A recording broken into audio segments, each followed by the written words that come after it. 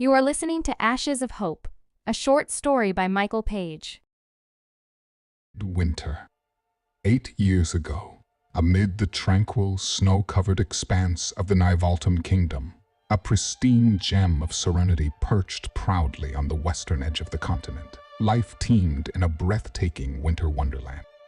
Nivaltum, known as the ancestral home and dominion of the Glaciadenti people, represented a unique realm where the very landscape painted a vibrant portrait of their unwavering resilience and indomitable spirit. Nestled within the colossal fortress city, hewn with relentless determination into the formidable side of a majestic mountain, an air of jubilation enveloped the towering citadel. This day was nothing short of extraordinary, an occasion like no other. It marked the birth of the king's son, the very heir to the Nivaltum throne. To commemorate this momentous occasion, a grand feast unfurled within the heart of the kingdom, unlike any that had ever graced its vast halls. For this remarkable event, every citizen of the kingdom was summoned to partake in a banquet where food and drink flowed in lavish abundance. In this harsh and unforgiving land where sustenance was a rare luxury, the opportunity to consume with unrestrained enthusiasm was a gift no soul could refuse. As the festivities commenced, the king, a colossus among his people, his voice akin to a sonorous echo resounding through the resplendent hall, addressed the gathered crowd. "My people, I am profoundly grateful for all of you who have gathered on this magnificent night to celebrate the birth of my son," he declared. His voice resonated through the assembly, a mingling of awe and admiration filling the frosty air. This king was no ordinary man. He embodied the very essence of the Glaciadenti race. His marbled blue and white skin bore witness to his esteemed lineage, and he stood as a towering figure, reaching a height of at least 4 meters and possessing the girth of a house. His strength, like that of all Glaciadenti, was the wellspring of his power and social standing in their intricate society. The king's voice resonated with heartfelt gratitude as he stood before the assembly, weaving a tale of tribulations he and his wife had faced. "After years of trying and failing, I thought I was doomed to be childless, forever condemned to soar above, but never to be a father." The weight of the king's words hung heavy in the hall as he continued his story. "Things took a darker turn when we discovered that my beloved wife could not bear children." He paused, his gaze reflecting the painful memories that had haunted him for so long. In truth, when those words reached my ears, a part of me felt as if it had withered away. I feared that Marinthia and I would never experience the profound joy of parenthood, never hold the living proof of our love. His voice grew softer as he delved deeper into his intimate narrative.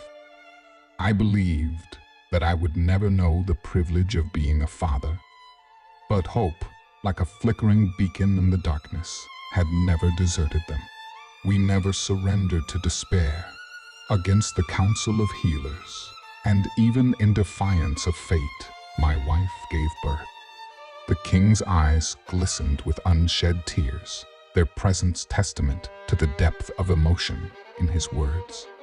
"She gave birth, and in her act, she bestowed upon me the most wondrous of gift of fatherhood.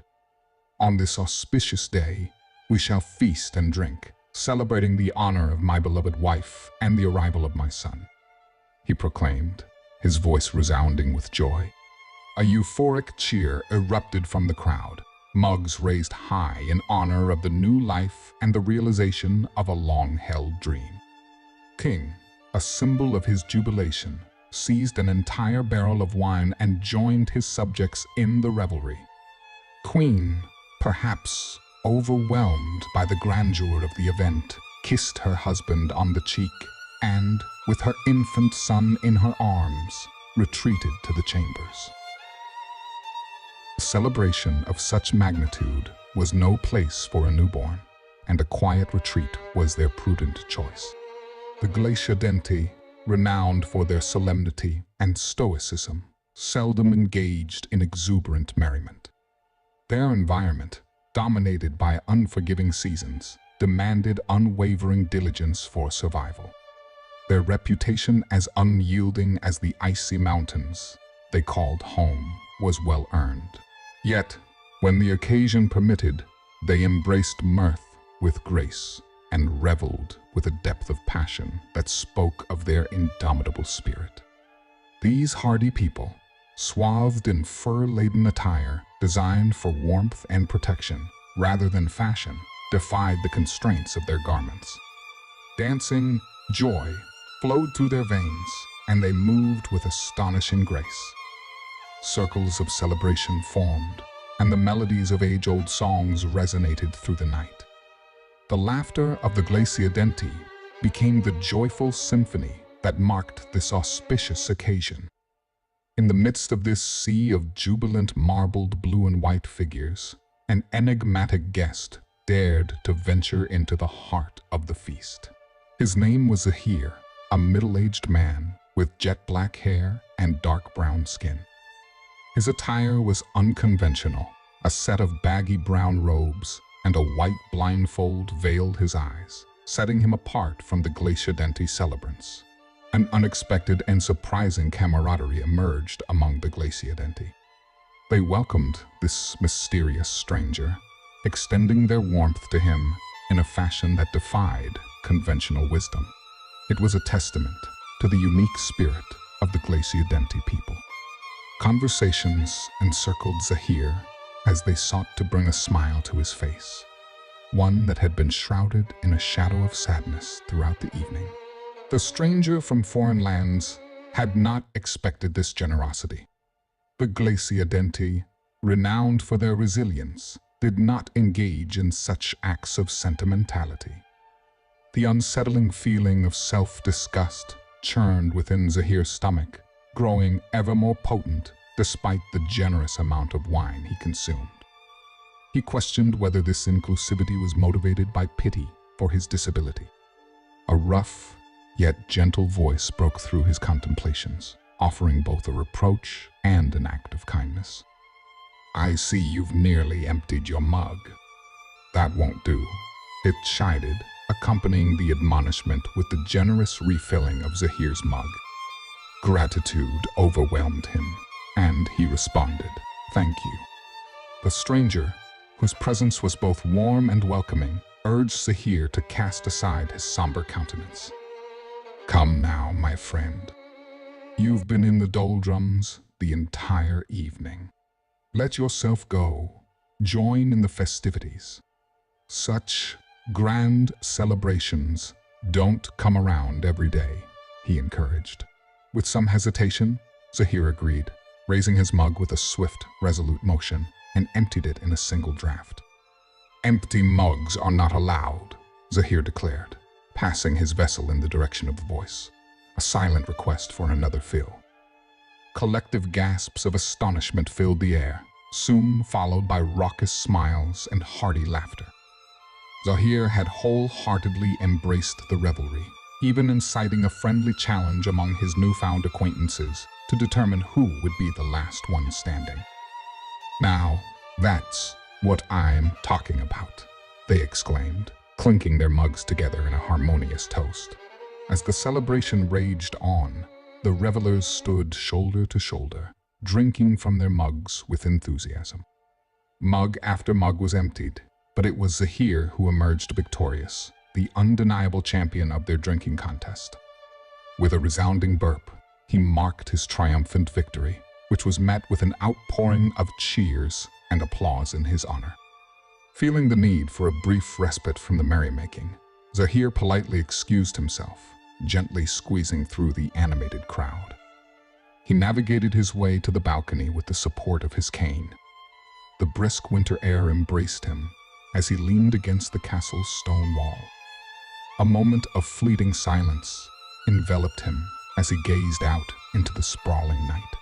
From the balcony, he could hear the distant sounds of mirth and laughter emanating from the Glaciadenti within. His hand, seemingly drawn by an invisible force, found its way into the pocket of his robes. There, his fingers closed around a small picture, a precious memento. The image depicted a dark-haired girl whose radiant smile was forever etched in his memory. As tears welled up in the corners of his eyes, he whispered an apology to the picture. "Please forgive me, darling, but I have no other choice," he murmured. The weight of his unspoken burden pressed heavily on him.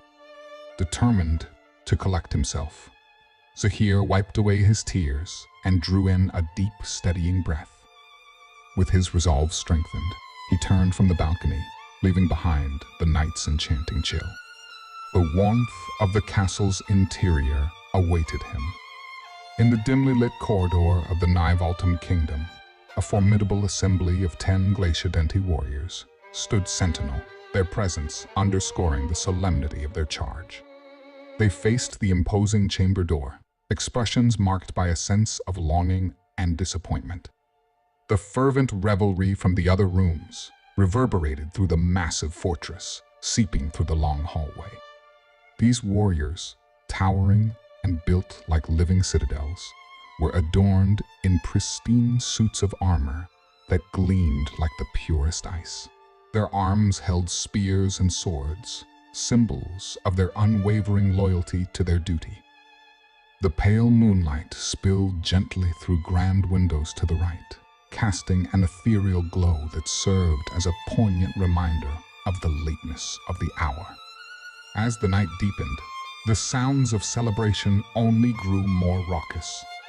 The Glaciadenti, inside the chamber, celebrated with a fervor that made it clear they intended to extract every last ounce of joy from the night.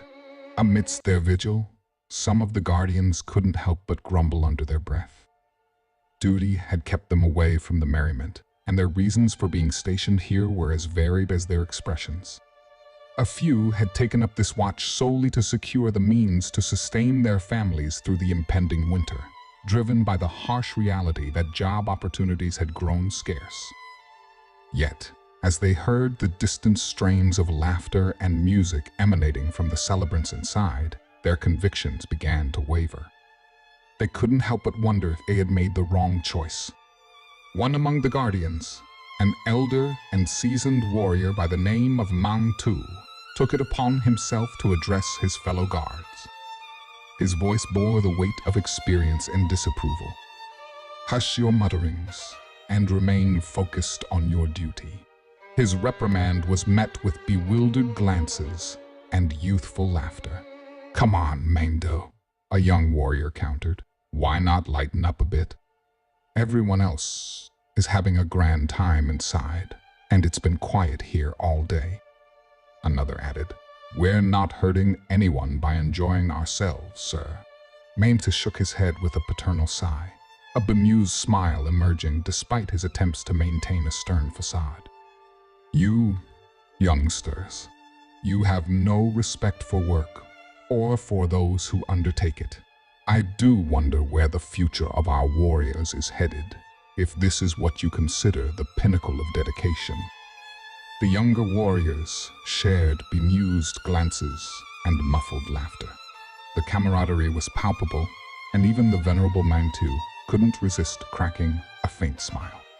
However, their brief respite was rudely interrupted by the unmistakable sound of wood scraping against the ground from within the chamber. "Who goes there?" demanded one of the warriors in a stern and alert tone, the laughter of moments ago replaced by an unwavering vigilance. They resumed their positions, their expressions now taut with seriousness. The expansive corridor fell into a tense silence. But there was no response. The mystery of the intruder remained concealed, lurking in the shadows of the fortress. "State your purpose here at this late hour," another warrior commanded, his voice a defiant challenge. Once more, a thick silence descended upon the dimly lit corridor, charged with tension and foreboding. The warriors exchanged wary glances, their spears poised to strike against the creeping shadow inching closer to them. In the stillness of the hallway, the intruder's voice materialized in a barely audible whisper. "I'm sorry. Please forgive me for what I'm about to do," Zahir murmured, his voice carrying a haunting undertone. In the span of a heartbeat, the tranquility shattered, replaced by chaos. No, it was swifter than chaos. The Glaciadenti warriors could scarcely follow the whirlwind of events that transpired. The warrior, who had dared question the intruder's intent, now lay headless, and none of the 9 remaining warriors could discern when or how it had occurred. A mere second later, orange-hued blood rained down upon the other warriors, their once pristine white armor now stained by the gruesome testament of their comrade's life essence. The sickening reality of their vulnerability took hold as the metallic scent of blood pervaded the corridor. "In formation," commanded the wise elder, Manto, determined to restore a semblance of order to the chaos. The remaining Glaciadenti warriors hastily regrouped, their spears thrust forward, pointed at the enigmatic figure who had vanished as swiftly as a fleeting ghost. "Don't let your guard down. Be prepared for anything." Manto's voice resounded, both a stern warning and an urgent plea. With an unwavering demeanor, the old warrior turned his gaze to a female companion, instructing her with a mix of authority and concern. "You, Yavta, sound the alarms and summon reinforcement." "Yes, sir," she replied dutifully, her hand reaching for a concealed crystalline beetle hidden within her armor to communicate the alarm. However, before she could complete the call, an ethereal blade, enveloped in ghostly green flames, sliced her throat with uncanny swiftness. She fell lifeless, the small crystal beetle dropping from her lifeless hand and flying off. In the face of such a shocking death, they thrust their spears towards Zahir, yet their elusive quarry slipped through their grasp once more. "Damn it!" Manta cursed as the creeping panic began to infiltrate their ranks. "What's happening?" One of the warriors quivered, his voice betraying the fear that gripped his heart. Manto, in a remarkable display of composure and leadership, issued orders. "Do not yield to fear. Transition to Formation 0 and stand ready to fend off an assault from any direction." "This is no ordinary adversary," Manto warned the others, his voice heavy with a somber truth. His words were immediately validated as, in that very instant, Zahir materialized once more, wreathed in eerie green flames. With his unassuming cane now transmuted into a deadly weapon, a cane sword, Zahir lunged at Manto. The elder warrior met the attack head-on, clashing their blades in a testament to skill and strength. It was a confrontation of experience versus the unknown, of tradition facing the enigmatic. Without a moment's hesitation, Manto harnessed the formidable strength of the Glaciadenti. His pupils grew white as he forced Zahir backward with sheer might and retaliating with a forceful swing. Yet, once again, Zahir vanished like a phantom, eluding the old warrior's retribution. The sudden reappearance of the enigmatic intruder, encircled by the eerie flames, painted a haunting tableau of supernatural prowess. With his trusty cane now transformed into a lethal instrument, Zahir descended upon the Glaciadenti warriors, who stood huddled in their defensive formation. His form was that of a celestial body plummeting from the heavens, as he struck the ground with relentless determination. The warriors were helpless before his attack, their formation shattered like brittle ice beneath the weight of a cataclysmic impact. In the heart-stopping moment, before Old Man Manto could utter another command, the world seemed slow around him.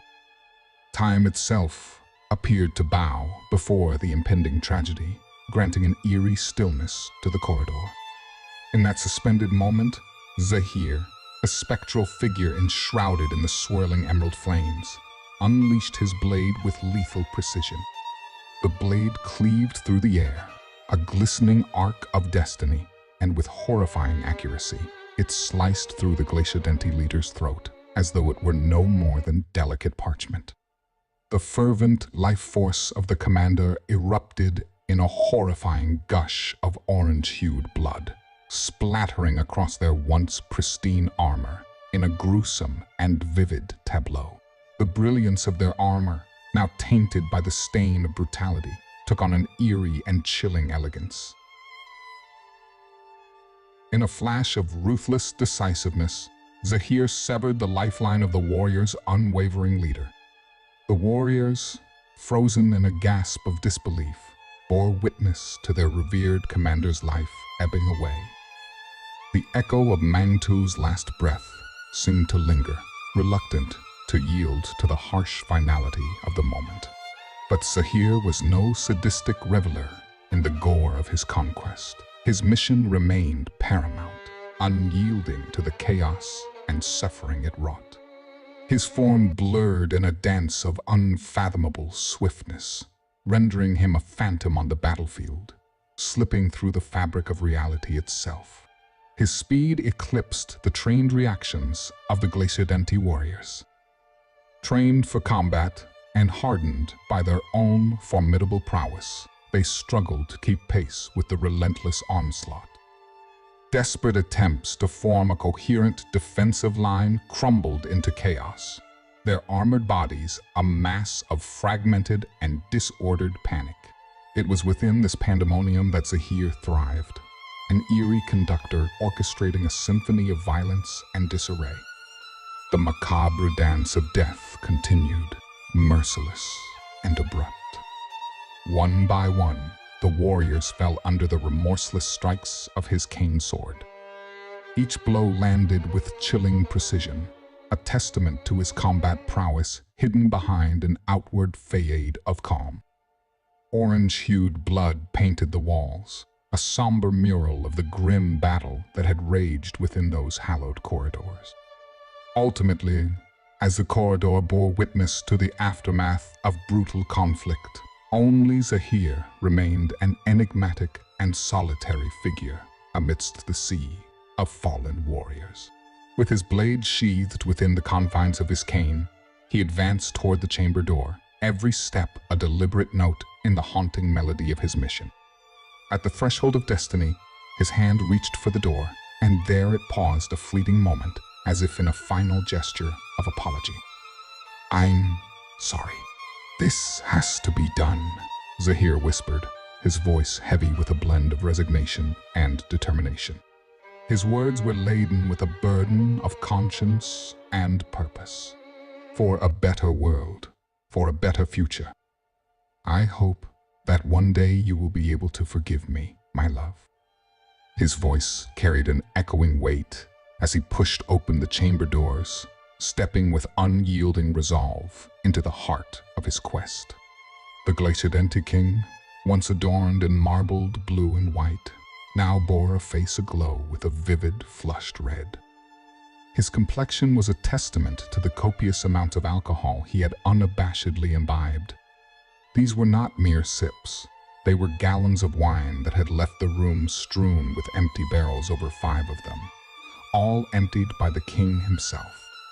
In a fervent echo of his subjects, the king had cast aside restraint, embracing the festivities as an extravagant feast laid out before him. This evening of indulgence stretched into the uncertain future, where responsibilities had suddenly multiplied with the arrival of his son. Time, once abundant, would soon become a precious commodity. Amidst towering mountains of food, the king was surrounded by a constellation of trusted advisors, close friends, and beloved family members. Laughter filled the air. His smile was as radiant as the surrounding ice, and he reveled in every fleeting moment, each now imbued with unparalleled significance. "Uncle," a voice called out from behind, "I apologize for coming so late. The storms are worsening with each passing day." "Alorniel," the king exclaimed, rising from his seat to embrace his nephew with open arms. It was an emotional meeting, a blend of joy that brought tears to the king's eyes. "You made it," he declared, his voice quivering with pride and love. "I wouldn't have missed it for the world," Alorniel replied. He was a younger Glaciadenti, clean-shaven and robust, his presence radiating warmth and genuine affection. "Congratulations on becoming a father. I'm sure Father would be proud if he could see you now," Alorniel said, his words carrying a hint of nostalgia for the one who couldn't be there to celebrate. The king released his nephew from their heartfelt embrace, a tearful smile on his lips. With a determined swipe, he wiped away the tears and urged Alorniel to partake in the extravagant feast. The warm bonds of family and the shared joy of the evening were intensified by the alcohol coursing through their veins, casting smiles upon their faces. Alorniel, too, was elated for his uncle, knowing that no one deserved happiness more. But as the king reveled in this familial reunion, the festive atmosphere shattered like glass struck by a hammer. A Glaciadenti soldier, his clothes drenched with sweat and clutching a crystalline beetle, burst into the room with a frantic urgency that seized everyone's attention. His breath came in ragged gasps, and he clutched his chest as he fought to regain his composure. "What is it, warrior?" "Speak," the king commanded, concern etching his features. "The Queen Chamber assassin." The words tumbled from the soldier's lips, their breathless delivery laced with an alarming tone. The king's heart sank. Before anyone could fully grasp the gravity of the soldier's words, the king was already in motion, his very being an unyielding force of nature, determined to confront the impending threat and protect his beloved queen. The king, inebriated yet determined, moved like a gust of wind through the labyrinthine corridors of his fortress, his heart a frantic drumbeat of dread and hope. Each stride was a desperate plea to the heavens, a fervent prayer that he wouldn't be too late, that the world inside the chamber would remain intact. "I beg of you, please, just this once," the king implored in a breathless whisper, his words carried away by the urgency of his steps. "Hear my plea," he repeated, an agonized mantra etched into the night. Upon reaching the chamber's threshold, he was met with a scene of grim devastation. His once loyal warriors, entrusted to guard the queen and their newborn prince, now lay lifeless on the floor. Their blood-soaked forms turned the pristine walls of the chamber into a gruesome tableau of violence, a testament to the assassin's ruthless efficacy. In the midst of this macabre theater, the king's faculties wavered in a disorienting whirlpool of emotions and alcohol-induced haze. The nightmare played out before him, but the nightmare had no mercy. It wore the face of his darkest fears.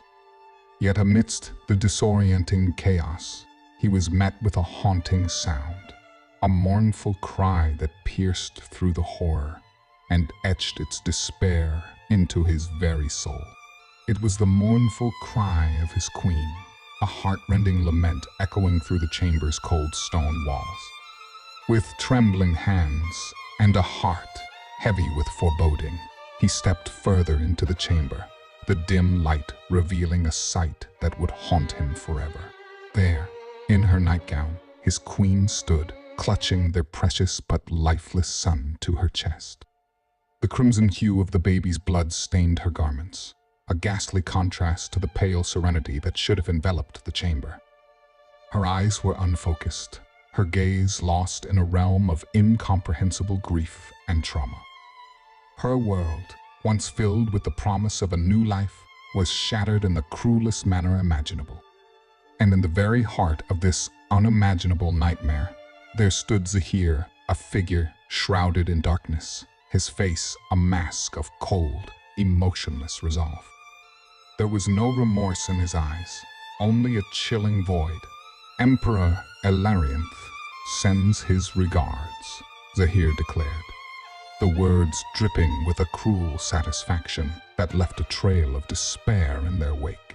King's worst fears had materialized, and the world as he knew it crumbled in the face of this malevolent intruder.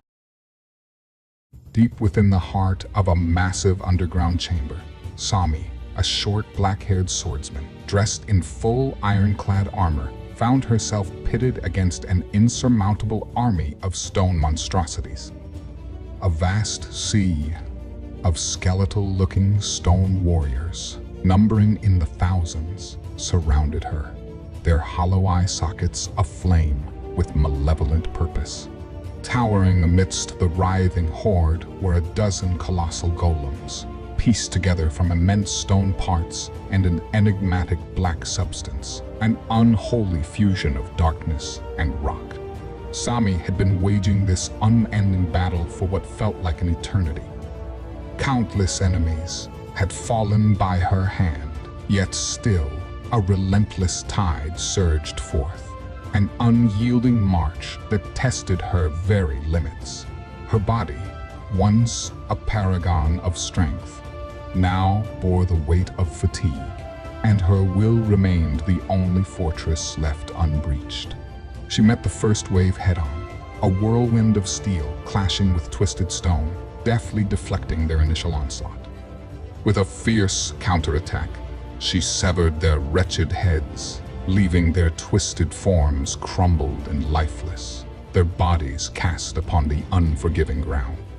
The second wave descended upon her, their movements a grotesque symphony of malevolence. Sami was unwavering, her claymore an extension of her body as it sliced through the unrelenting adversaries. She ensured that the same fate befell these new challengers, their bodies joining the grim tableau of their fallen comrades. Amidst this relentless onslaught, beads of sweat coursed down Sami's furrowed brow, her once pristine armor now bearing the battle scars of countless clashes. The punishing weight of her adversaries pressed upon her, an unyielding torrent threatening to pull her under. An attacker from above sought to end her, but her instincts were honed to a razor's edge. With astonishing swiftness, she hurled a small emerald dagger from her belt into the assailant's forehead. The golem's white marble core shattered, and it crumbled into oblivion. With unwavering resolve, Sami tightened her grip on her claymore. She swung the mighty blade in a single stroke that eviscerated the advancing foes, her movements fluid yet resolute. But the effort demanded a heavy toll, leaving her panting and gasping for air as the last echoes of battle resounded. However, her assailants showed no mercy, no sign of retreat. With their colossal hammers raised high, they relentlessly pursued her, the very ground quaking beneath their furious assault. Sami's eyes, even clouded with exhaustion, remained sharp. In a heartbeat's fraction, she sprang to life, leaping aside to narrowly avoid a colossal hammer that would have meant certain death. Her breath was heavy, her heart pounded, and the formidable power of these creatures became all too apparent. One wrong step, and Sami's thought faded as the clamor of battle erupted around her. She resumed her graceful yet deadly dance, her claymore an instrument of destruction, a lifeline in the tumultuous sea. Yet, her fatigue was palpable, and her defenses began to waver.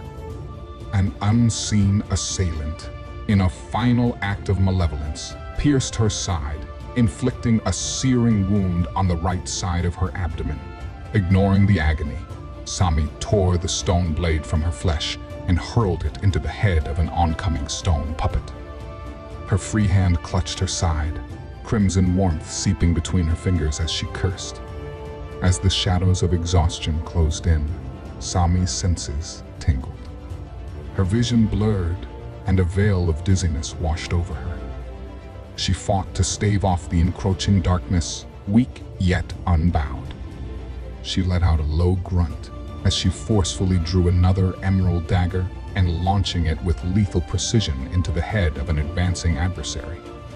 Her vision swam, her strength waned, but she endured.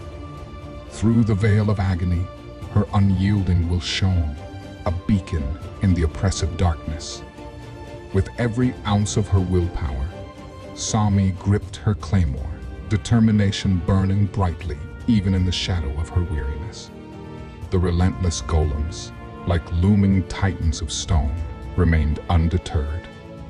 One of them raised its massive hammer, an embodiment of sheer brute strength, and brought it crashing down upon Sami. She sensed the impending doom and moved with astonishing agility. The immense hammer struck the ground with devastating force, showering her in stone shards and dust as she leaped away. Her heart pounded in her chest, and her breath came in ragged gasps. Her free hand tightly held her now injured abdomen as she kept avoiding the giant golem's unyielding attacks until she finally saw a pattern, an opening, and seized it. She used the hammer.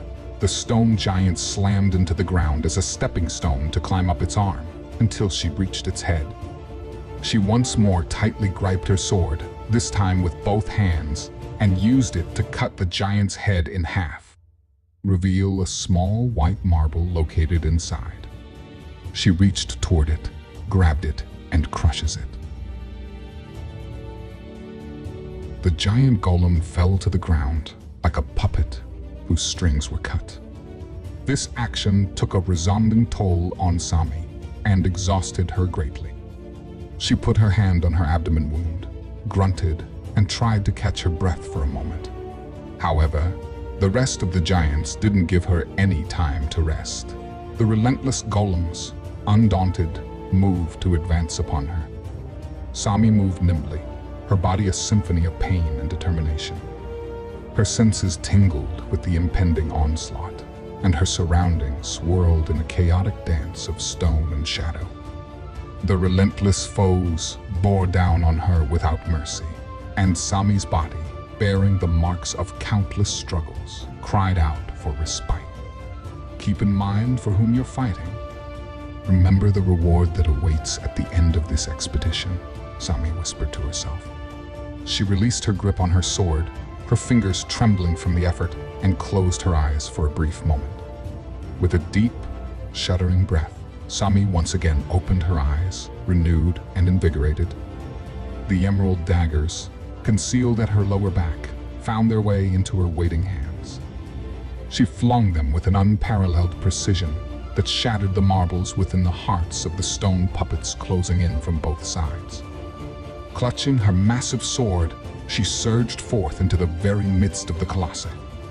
The enormous golems brandished their colossal hammers once more, intent on delivering another devastating blow. Yet, the strength of Sami's would transcended her exhaustion, propelling her into a breathtaking sequence that mirrored a deadly dance of perilous grace. Her claymore clove through the golem's ankles, severing their support and rendering their attacks impotent. As the dust settled around her, Sami stood amidst the fallen titans, her body battered and bruised, her breath ragged. Though wearied and wounded, she still pushed forward. She placed the sword in its scabbard and started climbing the large monstrous pillar that now stood in front of her. The relentless throb of Sami's abdominal wound served as a cruel reminder of her dwindling strength. Every step up the colossal pillar was a symphony of torment, each agonizing move met with a stubborn resolve. Pain, sharp and persistent, shot through her body, leaving a trail of shudders in its wake. But she pressed on, refusing to falter. With each ascending step, her vision blurred, a creeping darkness devouring her peripheral sight. Blood oozed from the grievous wound in a crimson trickle, marking a path to her inevitable exhaustion. Sami climbed the towering monstrosity, one handhold at a time, a heroine fighting against the grasp of fate. Fate seemed sentient, malevolent, as the vile black goo that clung to the golems gathered, sinewy and serpentine, seeping into every crevice of their shattered forms, rebuilding limbs and rekindling the hellish life within. The relentless hunger of fate for her essence was palpable. Beneath her, the host of stone puppets and hulking golems closed in on the massive pillar. Their determination matched her own. Their malevolence radiated like a noxious fog. They hurled stone swords, massive hammers, and even their own ponderous bodies at the colossal structure, shaking the earth with their desperate onslaught. The ground echoed with the cacophony of breaking stone. Sami, far above, hauled herself upward, her determination a defiant ember in the encroaching dark. With one last gasp of air, she ceased her ascent, clinging to the towering pillar, her hands gripping her mighty sword like an anchor. Fate seemed ready to claim her. In the heart-stopping moment, before the plunge, Sami clung to the hilt of her blade, her resolute will refusing to waver.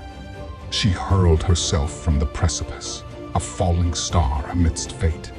The earth welcomed her descent, and like an avenging tempest, Sami ravaged the enemies below.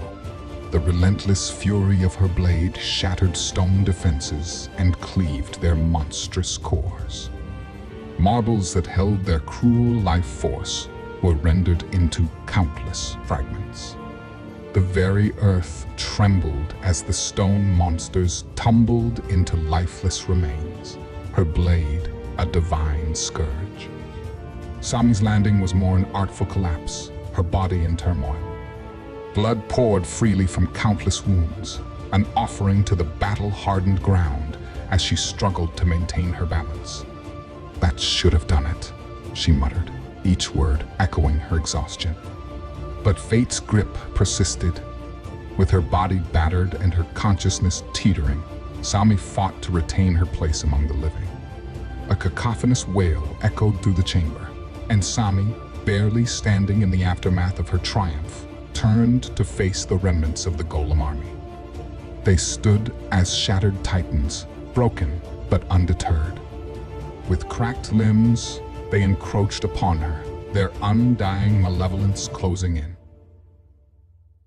Summoning her last reserves of strength, Sami whispered in somber acceptance, "I guess this is it.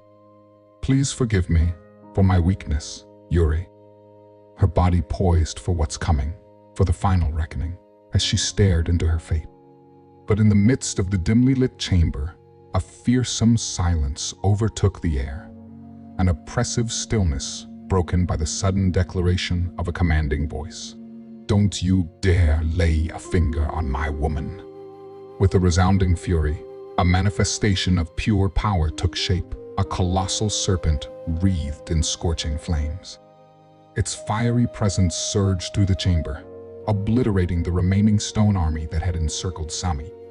Emerging from the chaos was a figure as vibrant as a tropical bird, dressed in a fashionably unarmored ensemble that did little to conceal the myriad of cuts and bruises that adorned her form. Her voice rang out, brimming with exhilaration, as if the tumultuous battleground before her was a grand spectacle deserving of applause. Ooh.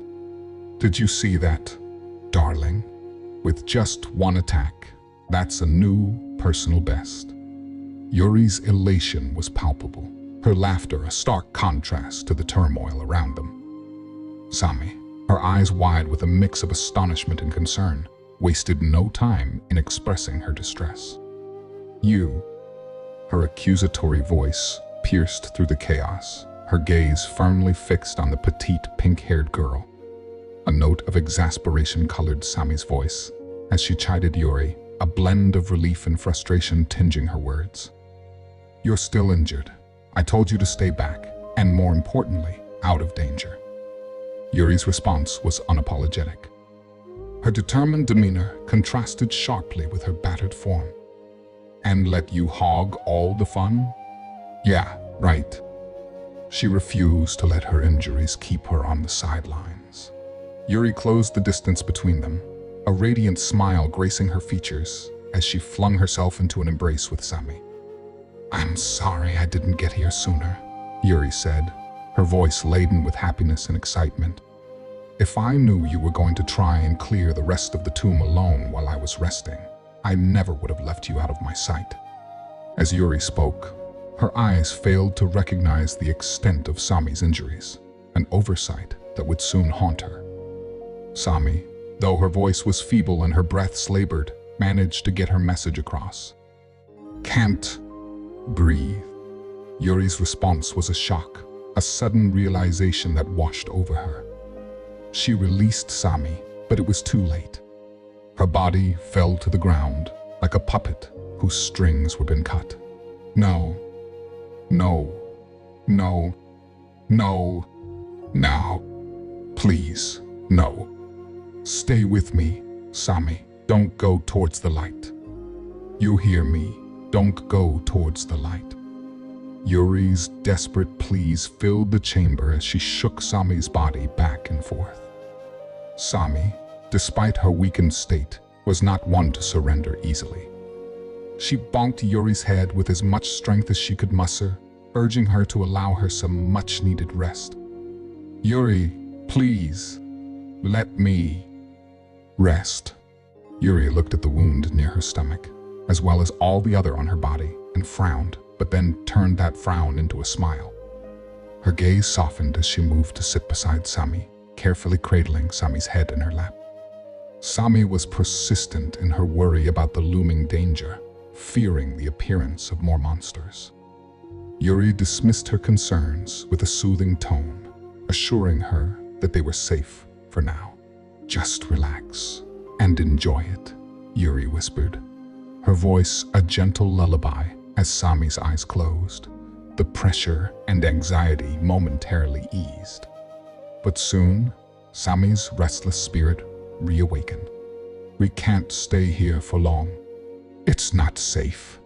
What if more monsters show up, or—" Yuri silenced her with a gentle smile.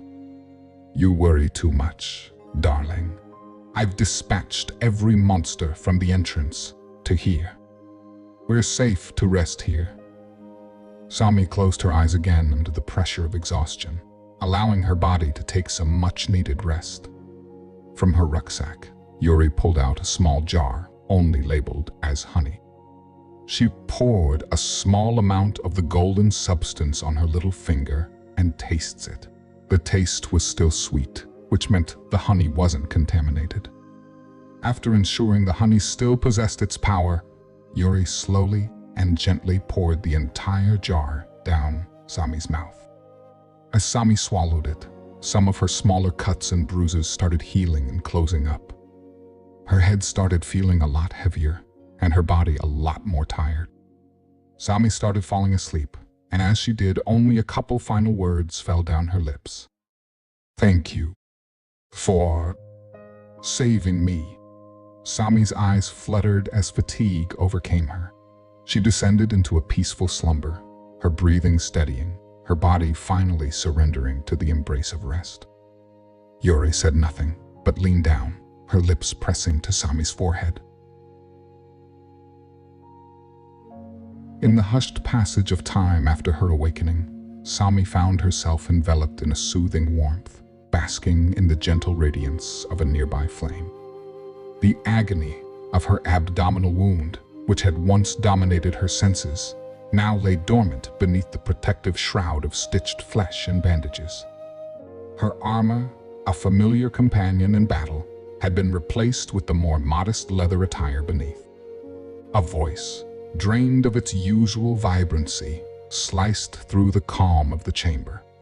It was Yuri, her tone laced with exhaustion, a testament to the trial she had faced. Dark circles shadowed her eyes, attesting to the sleepless vigil she had maintained during Sami's reprieve.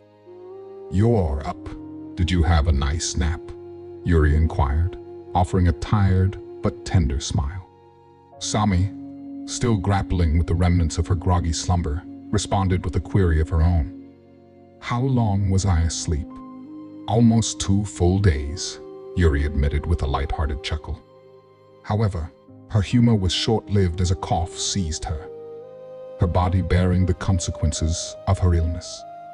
At first it was a light cough, but slowly it turned louder and rougher. Sami's eyes widened in shock and fear. Yuri, her voice wavered with panic. Why? Why didn't you wake me up? We lost so much time. A gentle smile crossed Yuri's face, her gaze meeting Sami's. You looked like you needed the rest, so I decided not to wake you. In the midst of a whirlwind of emotions, Sami collected herself. It's fine. How much more do we have until we reach the end? She hurriedly began the process of donning her armor, piece by piece. Yuri consulted her maps and paused for a moment, her brows furrowing as she wrestled with the uncertainty. The maps they had relied on had ceased to guide them as they ventured into uncharted territory. Despite this, Yuri threw they were close, a belief rooted in the escalating strength of the obstacles and creatures they had recently faced. Not much, she finally replied, her voice infused with a hint of hope. It was a tenuous optimism, yet it was all they had to cling to. That's great. Let's keep moving then, Sami declared, determination lacing her words. If we're lucky, maybe the next few chambers will only be traps and not monsters. She hefted her sword and, despite the discomfort of her wound, made her way toward the towering gate at the far end of the chamber. Yuri gathered her belongings, her staff and her rucksack, before conjuring a small flame by snapping her fingers to serve as a torch. She gazed at Sami with concern, but then changed that expression into a smile. Sami's claymore, a testament to her strength and resilience, was a weight she found increasingly challenging to bear.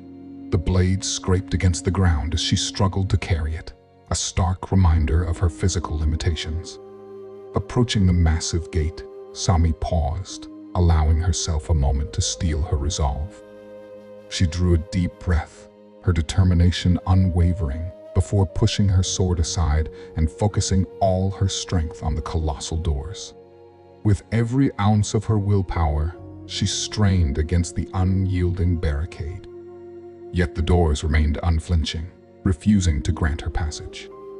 Sami's fury was palpable as she grunted and exerted herself further, her body trembling with the effort. Cursed things. She spat, her voice a mixture of anger and frustration. It was a fleeting moment of vulnerability in an otherwise indomitable will. Yuri, undaunted by the formidable gate, joined Sami, placing her palms against the doors and summoning her inner strength. The duo pushed with synchronized determination, the sense of unity between them lending them renewed vigor. As the doors finally budged, creaking and groaning under the strain, Yuri couldn't help but offer an exhilarated perspective. What do you think, love? What sort of trap awaits us on the other side? Spikes on the ground, arrows from all sides, or maybe a pit filled with great snails? Her excitement was infectious, a reflection of her boundless enthusiasm. Sami, however, couldn't help but gaze at Yuri's radiant smile. All the mixture of emotions she felt up until now faded as tears started forming in the corners of her eyes. She didn't allow them to flow. She didn't allow herself to break, but instead a gentle and proud smile tugged at the corners of her lips as she responded. Probably another rock monster. Those are the only kinds we've encountered in this place. They pushed together with everything they had, and this time their efforts yielded results as the gate slowly gave way, revealing the world beyond. Yet, what lay on the other side was something that neither of them had anticipated. Richly adorned and imposing, gradually swung open, allowing Sami and Yuri to step into a breathtaking chamber. A golden light cascaded around them, revealing the dazzling wealth that lay within. This vast, circular chamber was a testament to opulence, adorned with a sea of gold, gleaming jewels, and otherworldly riches. Towering stone statues depicting knights in armor were positioned on either side, hands cupped to hold the ceiling above them. Their expressions mirrored the disbelief and awe that washed over them. After a harrowing and perilous journey, one fraught with dangers and uncertainties, they had reached their ultimate destination, the treasure chamber. Yuri's eyes shimmered like molten gold as they roamed over the mountains of wealth that stretched out before her, each glittering coin and precious gem more enticing than the last. Her voice quivered in a mixture of disbelief and elation, her lips curving into a radiant smile. "We did it," she murmured, her voice a mix of wonder and exuberance.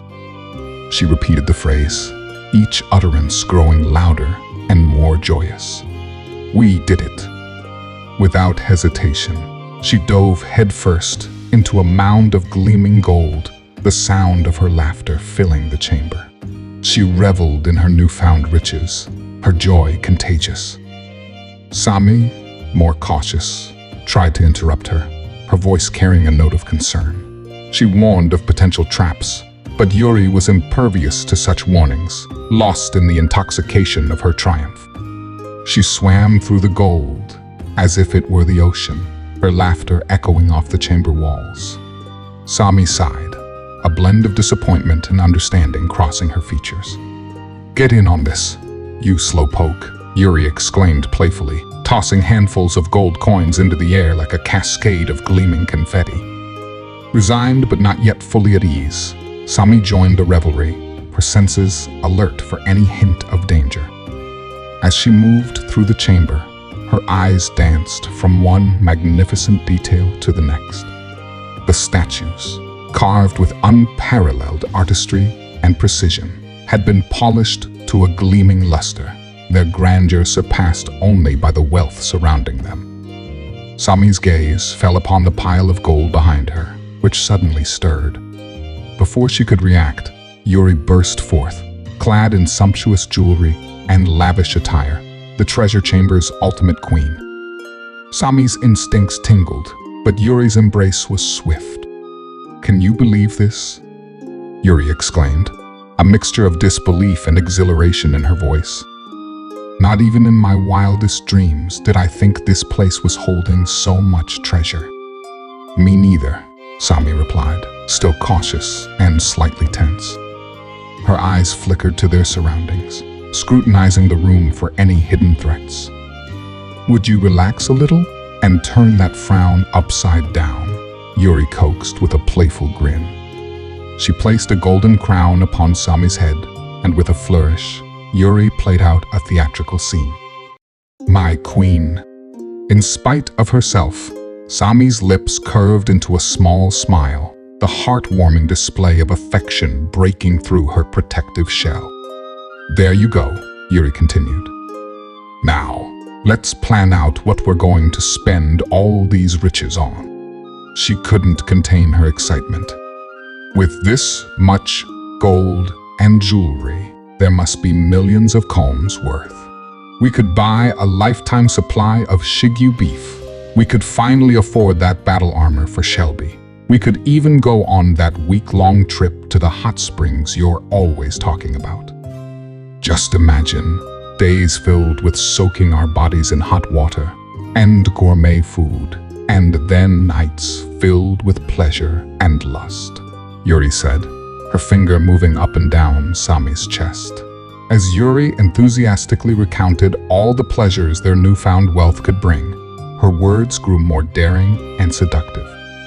Sami's face flushed, steam nearly billowing from her ears as she visualized what Yuri hinted at. However, amidst her titillating fantasies, Sami's thoughts veered back to the memory of Yuri's relentless coughing. She refocused on their goal, her voice firm and determined. "No, no, no, we can't get distracted. We're here for one thing and one thing only. We're going to do all those things and more, I promise you that. But first, we need to find that remedy," Sami stated, removing the golden crown from her head as she headed toward the chamber's center. In the middle of the room stood a grand circular staircase, reaching upward to unknown heights.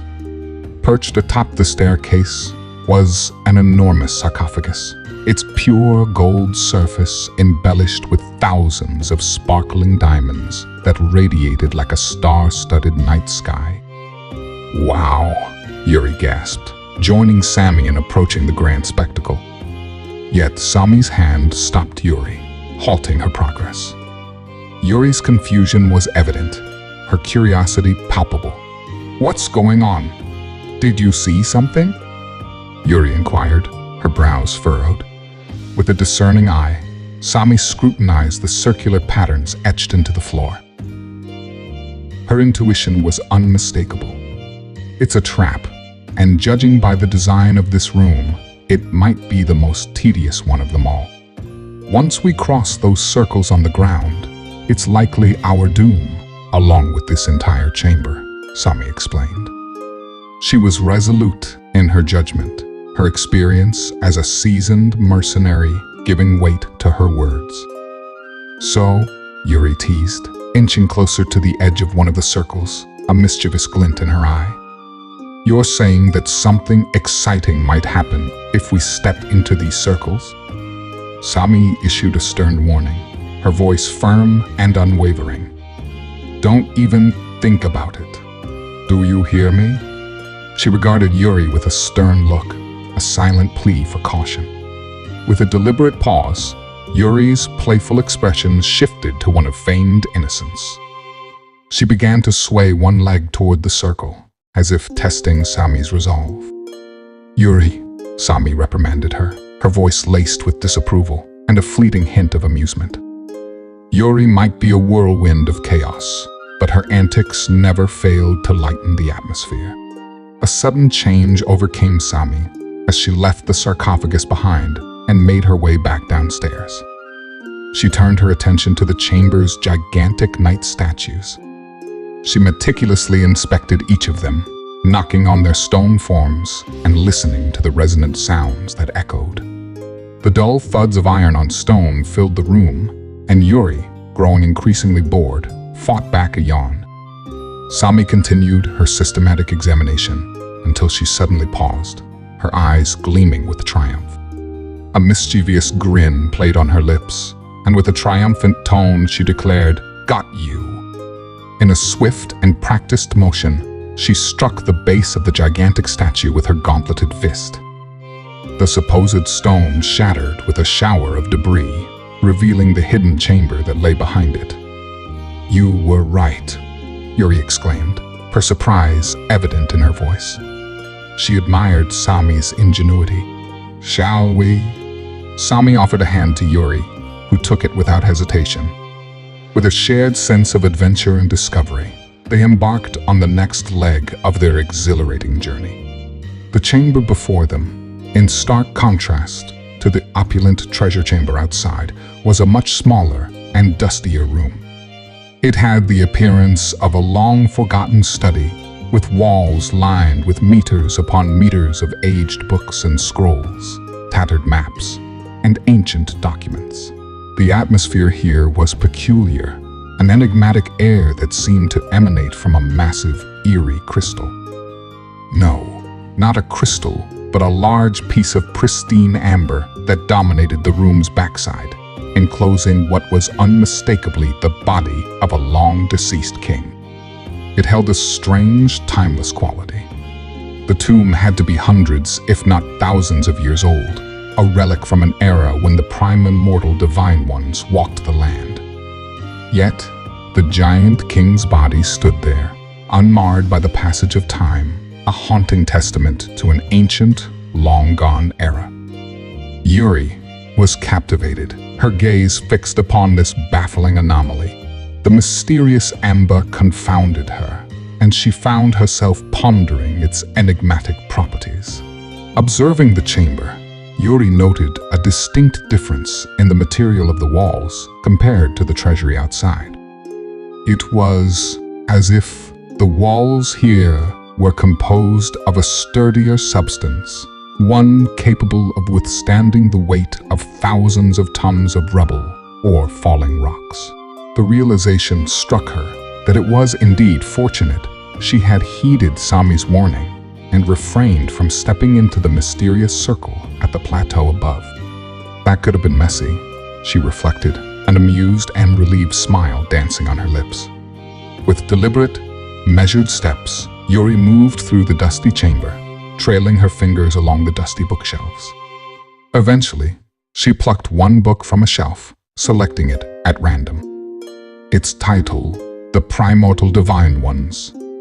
What were they really, and why did we decide to make them our gods? Did little to capture her interest. Boring, she declared with a bored sigh, swiftly closing the book. The prospect of reading was not her favorite pastime, to say the least.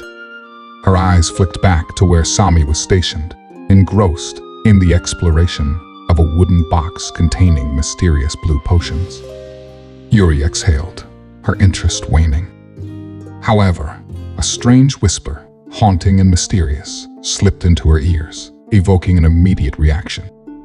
Yuri swiveled in the direction from which the whisper seemed to have come. Yet, there was no one there, only the faint rustle of the breeze or the whisper of time against the weathered walls. Puzzled, she scrutinized her surroundings, turning in a slow circle. She questioned her own sanity, wondering if the whisper had been a figment of her imagination. She briefly considered dismissing it, turning her gaze away, before the whisper returned, faint but unmistakable. She halted abruptly, bewildered, and uttered in hushed tones, "Am I going mad now as well?" Contemplating the source of the whispers, Yuri's gaze settled on the far right corner of the chamber, where a glass window shielded a collection of remarkable items, an armory of resplendent suits of armor, and weapons crafted from rare materials. The contents were nothing short of extraordinary. Broadswords, great swords, estocs, flamberges, scimitars, patas, chokris, claymores, short swords, sword breakers. Of course, swords weren't the only weapons here. There were one-handed axes, two-handed axes, one-handed bludgeons, javelins, bows, crossbows. Just these types alone were almost uncountable. In addition, there were many unrealistic weapons here that stretched the definition of actually being called weapons. Those were the kind that could not possibly be sheathed, or which were more decorative than useful. And these weapons were in the majority. Almost none of them were made of anything as ordinary as mere steel. There was a sword with a blade of green crystal, a pure white sword with gold inlays and engravings, a black sword with purple runes along its body, and even a bow that seemed to have been strung with water. Then, there were other weapons that looked dangerous, even at a glance. There was a two-handed axe, whose blade constantly dripped fresh blood. Tormented faces appeared and vanished on the black metal of a gigantic mace. There was a lance that resembled human hands clasping each other. And then there were many more weapons like these, in amounts which defied easy counting. One could guess that most of them were sacred relics, but the exact power each of them had was a mystery. One might be able to guess at the purpose of a sword whose blade flickered like a flame, but it was impossible to know the abilities of a sword whose blade looked like a whip and which wriggled like a centipede. Yet, it was a single object, locked behind a thick wall of amber that drew her attention. A rapier of stunning beauty, its slender blade and rose petal-shaped guard were nothing short of exquisite. It was its design that perplexed her the most. As she approached the sword, the whispers crescendoed, a cacophony of unintelligible voices that swirled in her mind, clouding her judgment. A peculiar sensation enveloped her, a strange union of warmth and cold, enticing and disorienting. In her entranced state, she reached out and touched the wall of amber encasing the sword. Her movements were instinctual, as if driven by an unseen force. Her thoughts were fragmented, her awareness clouded. An abrupt shattering sound jolted her from her trance. A glass bottle hurled against a wall, shattering into shards. A second crash. This one, the violent destruction of a table, followed close behind. Sami, it seemed, was the source of the commotion. Sami's cry reverberated through the chamber like a thunderous storm, laced with pure, unadulterated rage. Divine ones, damn it. Her voice roared with anger, the air around her trembling in response. Sami? Yuri asked, bewildered, her confusion palpable in the quiver of her voice. She struggled to grasp the whirlwind of emotions surging around her. But Sami's fury knew no restraint. Her voice seethed with venom, her anger at its apex. This is all you're doing. Damn you, you son of a bitch! Sami's claymore leaped from the ground, fury and vengeance blazing in her eyes as she advanced toward the preserved body of the king. With each step she took, her anger intensified like a rising tempest. Her sword cleaved through the air with every ounce of her might, each swing a testament to her unbridled rage. No finesse, no technique, only an overpowering surge of wrath. Yuri raced toward her, her steps swift, desperate to understand the source of Sami's fury. Sami's wrath resonated in the repeated cries of, "Damn you! Damn you! Damn you!" Her attacks grew weaker, but the torment etched on her face deepened, tears beginning to well up in her eyes. Why? Why, you son of a bitch? Sami's voice cracked, the turmoil within her palpable. Why? She bellowed, her demand echoing through the study. Before her sword could land the next strike on the pristine amber, it was halted. Yuri wrapped her arms around Sami from behind, her embrace firm, her voice pleading. I don't know what's going on, but please, stop, Yuri implored, attempting to soothe the tempest within Sami. Please, she begged. Sami's sword slipped from her grasp, clattering to the unforgiving ground. I'm sorry. Sami's voice trembled with sorrow. I'm sorry, she repeated, her voice a whisper, tears now streaming down her cheeks. It's my fault, Sami admitted, the weight of her grief bearing down on her. I'm sorry, she repeated, the word heavy with self-blame. Yuri, still bewildered by the abrupt emotional torrent, implored, what's going on? What are you talking about? Yuri released her hold on Sami, who crumpled to her knees, her tears growing stronger as she relinquished the facade of strength she had clung to. Sami's tears flowed freely as she pulled a small glass potion from her side, the same potion she had contemplated earlier, catching Yuri's gaze. It's nothing more than purified healing elixir. Sami's voice quivered as she removed the lid and poured the contents onto the ground. The pure crystal blue of the elixir darkened to a profound azure, affirming her words. I failed you, Sami lamented, her despair engulfing her. All this time wasted, and this entire expedition. It was for nothing. Her anguish was uncontainable. It was all for nothing. Sami screamed, her despair punctuated by heart-wrenching sobs. What? Yuri asked, her confusion deepening. Don't you get it? There is no remedy here, said to heal any illness in the world. There is nothing here but worthless junk. All I ended up doing was wasting more of your precious time, Sami confessed, her self-criticism unbearable. I'm so dumb. I should have known it sounded too good to be true. I'm sorry for being so stupid and dumb. Sami's voice trembled, weighed down by regret. But just as she began to spiral further into self-pity, a fierce slap across her face abruptly halted her. Stunned, Sami gazed up, locking eyes with Yuri, whose expression teetered between anger and disapproval, her own tears welling up. Yuri was irate, an emotion Sami rarely witnessed, and now it was directed at her.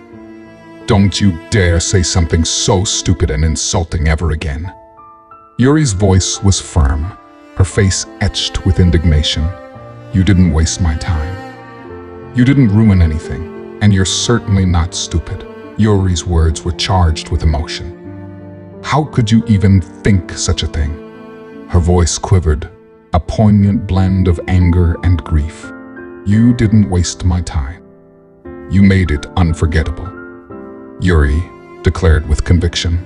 Sami, you showed me places and sights I'd never seen before, she continued, her tone softening. You taught me things I never knew. She drew closer to Sami, her words brimming with affection and sincerity. And you gave me the greatest gift in the world, your time, your love. Yuri locked eyes with Sami, her feelings unmasked. Sami was left speechless, overwhelmed by Yuri's emotional outpouring. I don't want you to cry for me, Yuri began, her voice gentle as she wiped away Sami's tears. I want you to smile and laugh with me, she whispered, her hands caressing Sami's face. As Yuri helped Sami clear away her tears, Sami spoke with heartfelt honesty, and her words tumbled forth. I love you so much, she confessed, her gaze locked onto Yuri's. A soft smile crept across Yuri's face as she met Sami's gaze. She responded with equal sincerity. I love you too, she said, but before she could finish her sentence, the chamber was violently destroyed. A massive hand, made out of golden coins and jewels, burst through the chamber's walls, hurling Yuri across the outer chamber. All that remained was an unmoving, bloodied form in her place. In the midst of her unbridled rage, Sami's fury compelled her to grasp a small glass container filled with a white, malevolent, venomous substance. She clenched it tightly in her hand, her fingers trembling with the weight of her wrath. The glass container seemed fragile, a mere vessel for the turmoil she carried within. The glass trembled under the pressure, and with a forceful motion, she cast it upon the cold, unyielding floor of the study. It shattered into 1,000 jagged fragments, releasing the sinister entity contained within. The malevolent essence didn't move. For a fleeting moment, the released creature lay dormant, as though it were absorbing the sheer turmoil and anger that suffused the chamber. The atmosphere quivered with the malevolence it harbored, awaiting the catalyst for its awakening. However, as Sami's relentless rampage persisted, a malevolent energy seized the creature, rousing it from its torpor. It was as though the chaotic aura in the room had breathed life into this sinister presence.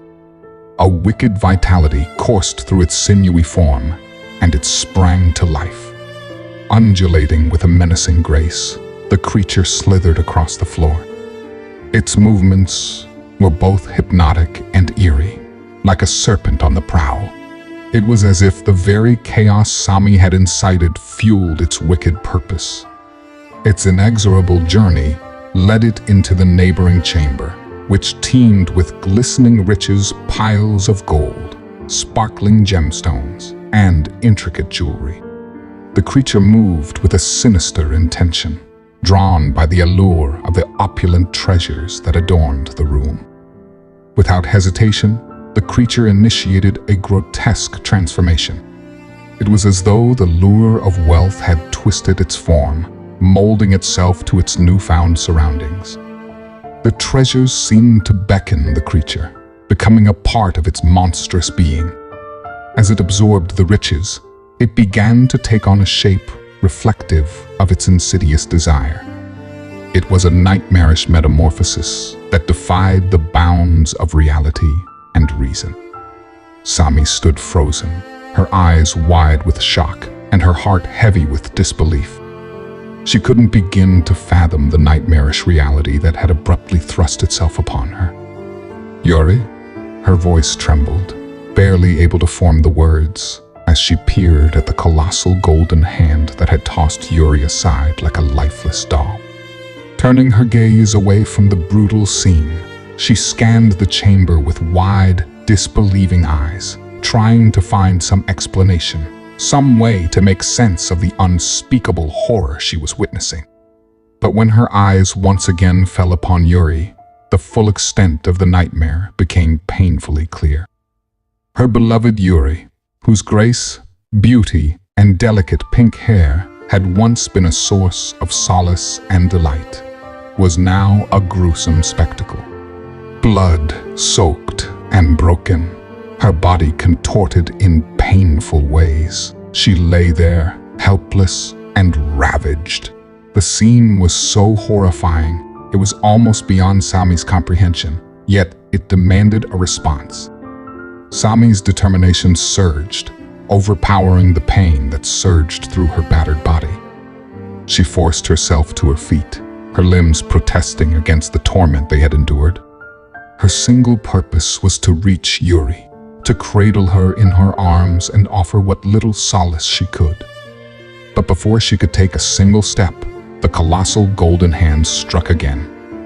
This brutal blow sent her hurtling across the study, her body crashing against the unforgiving walls. Her vision blurred, and an excruciating agony surged through her head, finally plunging her into darkness. "Isn't it strange how the world works?" Yuri mused, her voice carrying a hint of melancholy. She was adorned in an elegant white dress that accentuated her ethereal beauty, and she sat gracefully by the riverside, absently toying with a crimson flower. Sami observed her in quiet awe, mesmerized by her presence. Yuri's words, imbued with a sense of inevitability, drifted to Sami's ears. "Sometimes it feels as though our fate is etched in an invisible, unalterable book. No matter our efforts, we remain unable to rewrite it," Yuri continued, her gaze shifting to fix upon Sami. Sami felt as if she were floating in a picturesque dreamscape, caught in the enchanting web of Yuri's words. It was a moment of serene beauty, but it was soon shattered. The idyllic scene abruptly shattered like fragile glass, plunging into an abyss of darkness, and Sami cried out in desperation, fearing the loss of that fleeting beauty. "No," she exclaimed, trying to hold on to the ethereal moment that had slipped away.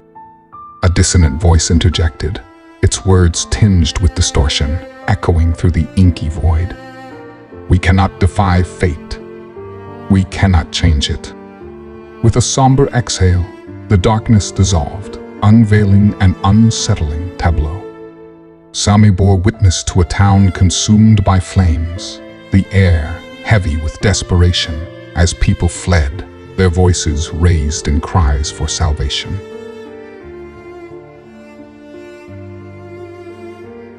Amidst the chaos, a younger Sami watched as her parents, figures in their prime, faced a brutal end before her young eyes.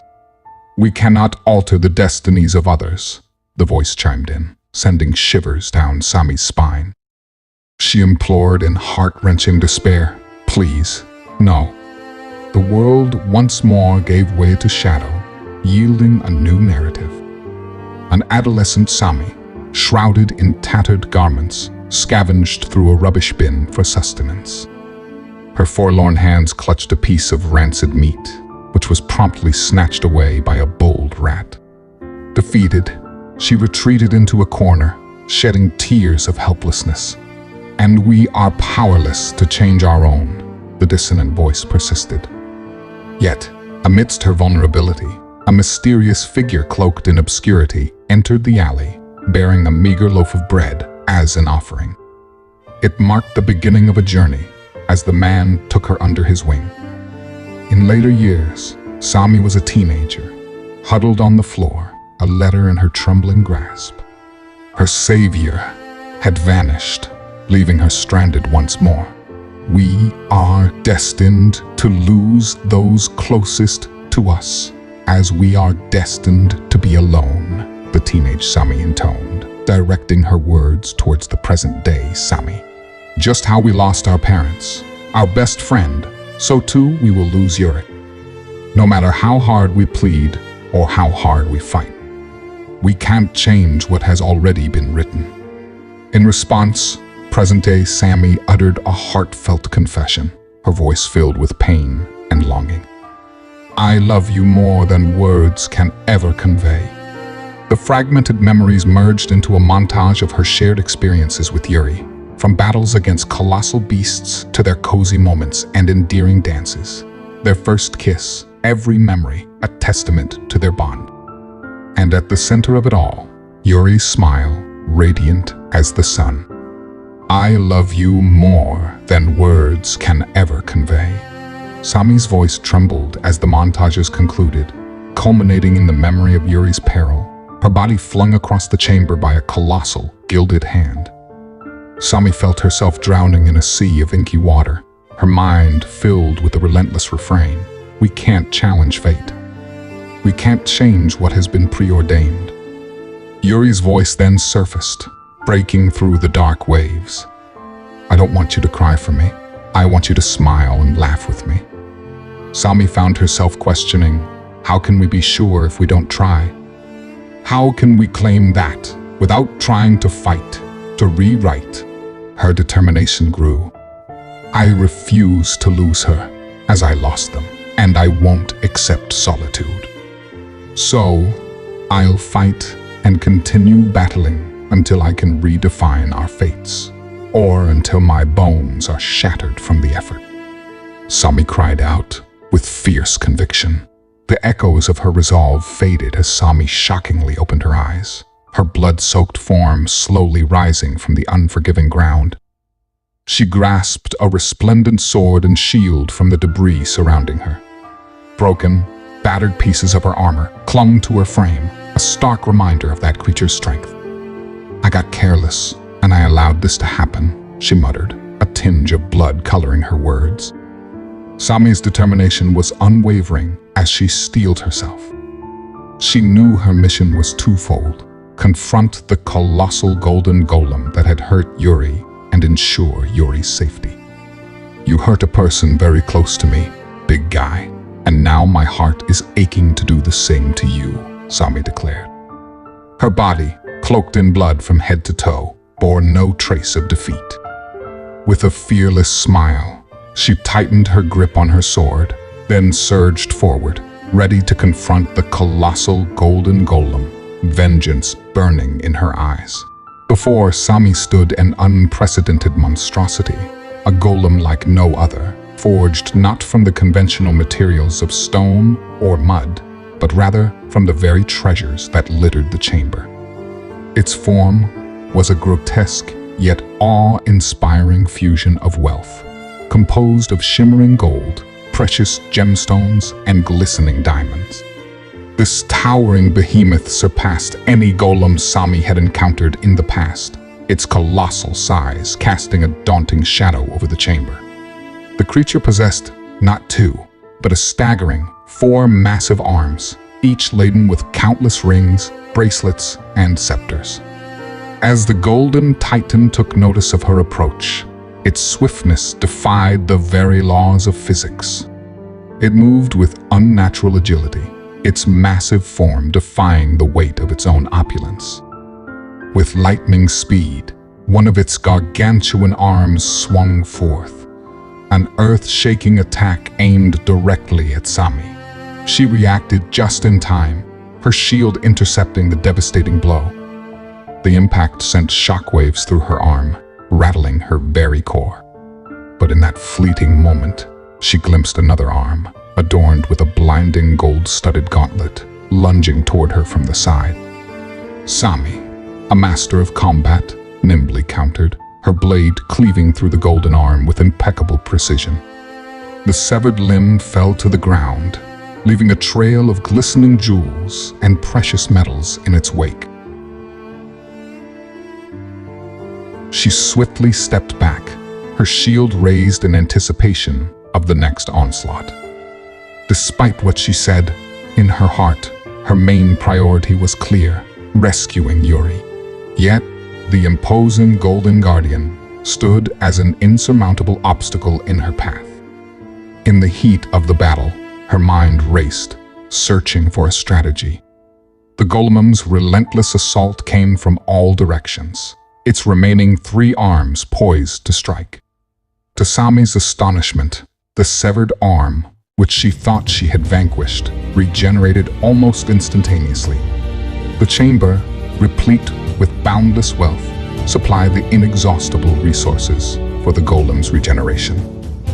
Each time Sami blocked a blow with her shield, the ferocious impact pushed her back, the overwhelming force straining her muscles and bones. The excruciating pain welled within her body, but she pushed her physical limits, refusing to succumb. The relentless golem was an unwavering force, and Sami knew she had to find a way to overcome it and reach Yuri. Despite her exceptional combat skills, there was an unsettling realization that her efforts were futile. The golden behemoth regenerated its severed limbs faster than she could remove them. The relentless assault continued unabated. It's an endless cycle, Sami thought, each arm she severed replaced by another. Desperation etched her face as she scanned the chamber for an opportunity, a chink in the golem's defenses. If she could find that opening, she believed she could strike a devastating blow. The Golden Guardian showed no vulnerability, no respite, and the relentless onslaught bore down on Sami, her strength waning under the ceaseless assault. With each strike, her shield grew heavier, her arms weaker, and her heart heavier. Her once unyielding spirit now battled the encroaching realization that her body couldn't endure much more.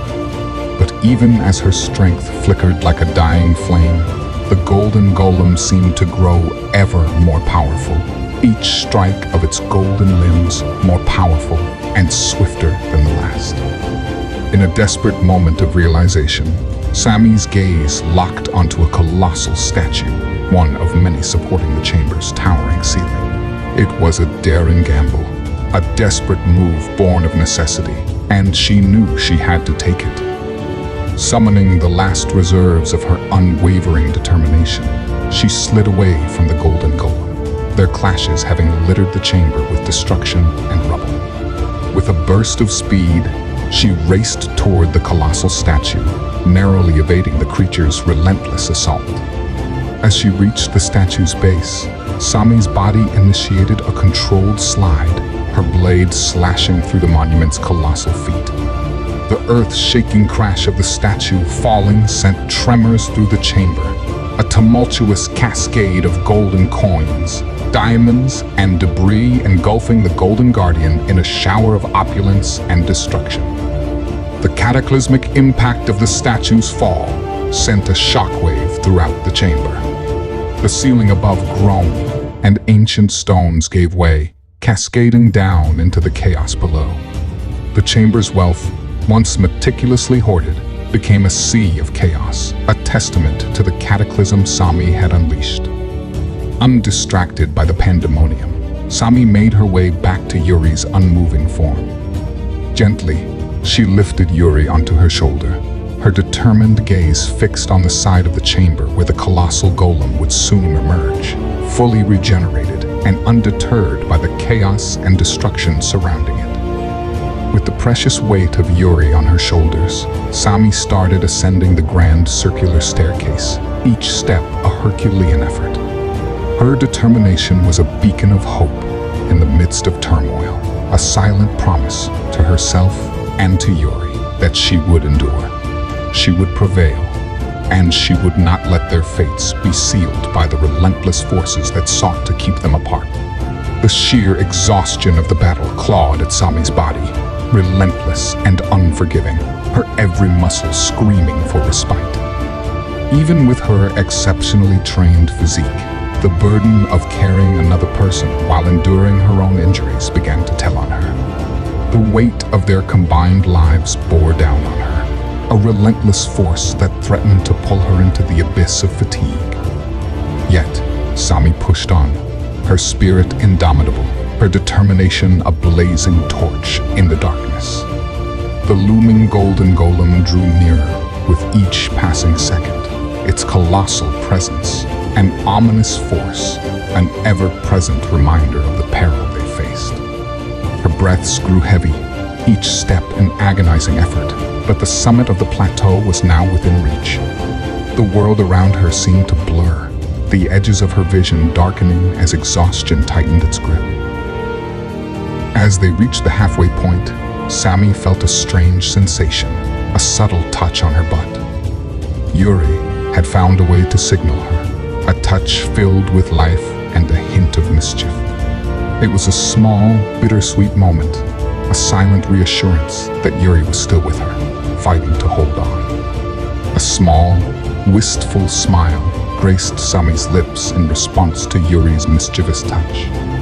The touch kindled a fire of determination within her. Ignoring her own exhaustion and the relentless advance of the golden golem, Sami continued her ascent, each step closer to her goal. She had a plan, one final, daring gambit that she had devised in the midst of chaos. "I don't even know if this will work," Sami murmured to herself. "But it's the only plan I've got." With her last reserves of strength, she reached the pinnacle of the plateau. Her pulse quickened as her focus shifted between Yuri and the looming golden sarcophagus, the overwhelming knowledge that time was running out. She hesitated for a heartbeat, then, without a moment's doubt, crossed the strange circles on the ground, opened the golden sarcophagus, and gently laid Yuri inside, her touch tender and resolute. She followed, her determination unwavering, and sealed the sarcophagus, entrapping Yuri and herself within. The enormous statues, dormant but now alight with an otherworldly glow, after Sami crossed the circles around the sarcophagus, each placed their colossal hands that were holding up the ceiling on the ground. The carefully constructed ceiling began to shatter, rocks and debris tumbling as the chamber collapsed in a deafening crescendo of destruction. Sami's heart raced as the world around them crumbled, but she clung to the hope that her gambit might succeed and they could escape the grasp of fate's cruel design.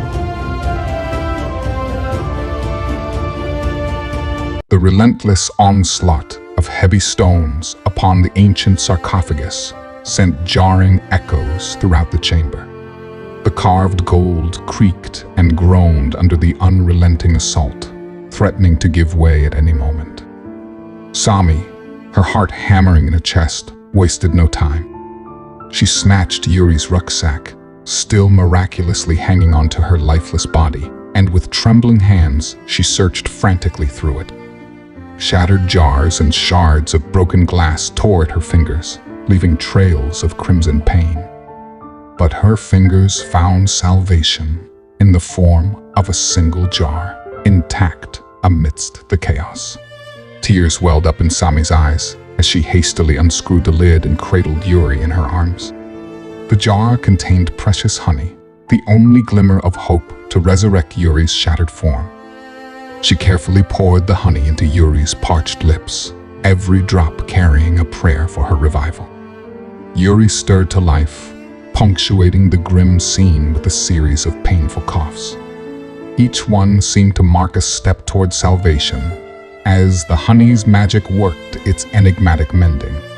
Yet, the cruel twist of fate had left Yuri's arms still somewhat broken and contorted, a lingering pain in the midst of their turmoil. Yuri's voice, heavy with pain, broke the silence. "It seems that not even death can keep us apart." Sami clung to her, holding her close in the confined space of the crumbling sarcophagus.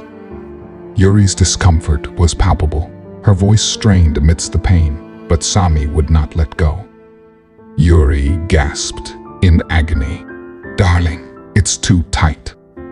Tears filled Sami's eyes as she whispered, "I'm so sorry. This is all because of me. My emotions got the best of me, and I got careless. I'm truly sorry." Struggling to respond amid the deluge of Sami's words, Yuri managed only a faint smile. Sami's determination burned like a wildfire as she vowed, "But I promise I will make this right and get us out of here." Yuri's weary eyes revealed a glimmer of hope as she whispered, "That's my Sami." As time continued to pass, the frail sarcophagus showed ever more signs of wear. It cracked and splintered under the relentless assault of the golden golem. The golem still hadn't fallen, despite the entire ceiling collapsing upon Lieutenant. Each earth-shaking punch it hurled echoed through the chamber, intensifying their growing sense of foreboding. Concerned in Yuri's voice, she asked, "What is that thing?" Sami observed the monstrous golem's relentless rampage through a tiny gap in the sarcophagus. "I'm not entirely certain," she admitted. "It looks like a golem, but it's unlike any golem I've ever encountered. It's larger, more powerful, faster, and its body consists of pure gold and jewels." Worry etched Yuri's features as Sami pointed out, and its ability to regenerate is astonishingly fast. "I've never seen anything like it." Nodding in agreement, Sami added, "I couldn't even get close enough to destroy its marble core." Yuri's touch was gentle as she cupped Sami's face, reassuring her. "You don't have to face this monstrosity alone anymore. We'll do it together and show it with who it decided to mess with." The tension in the air grew heavier as the golem continued its rampage. "You can't fight in this state. You can barely move," Sami implored, her eyes filled with concern. Her fingers gingerly brushed over Yuri's injured body. Yuri's voice wavered, her expression determined. "If I don't, I won't be moving at all, darling." Sami struggled for words, helpless in the face of Yuri's unwavering resolve. "So, what's the plan?" Yuri asked, her eyes narrowing in contemplation. Sami's brow furrowed as she considered their limited options. "I need to get close enough to its head to destroy its marble, but that thing is too strong and too fast." Yuri leaned closer, determination gleaming in her eyes. "Then I'll distract it, buy you enough time to sneak up on it and deliver the finishing blow."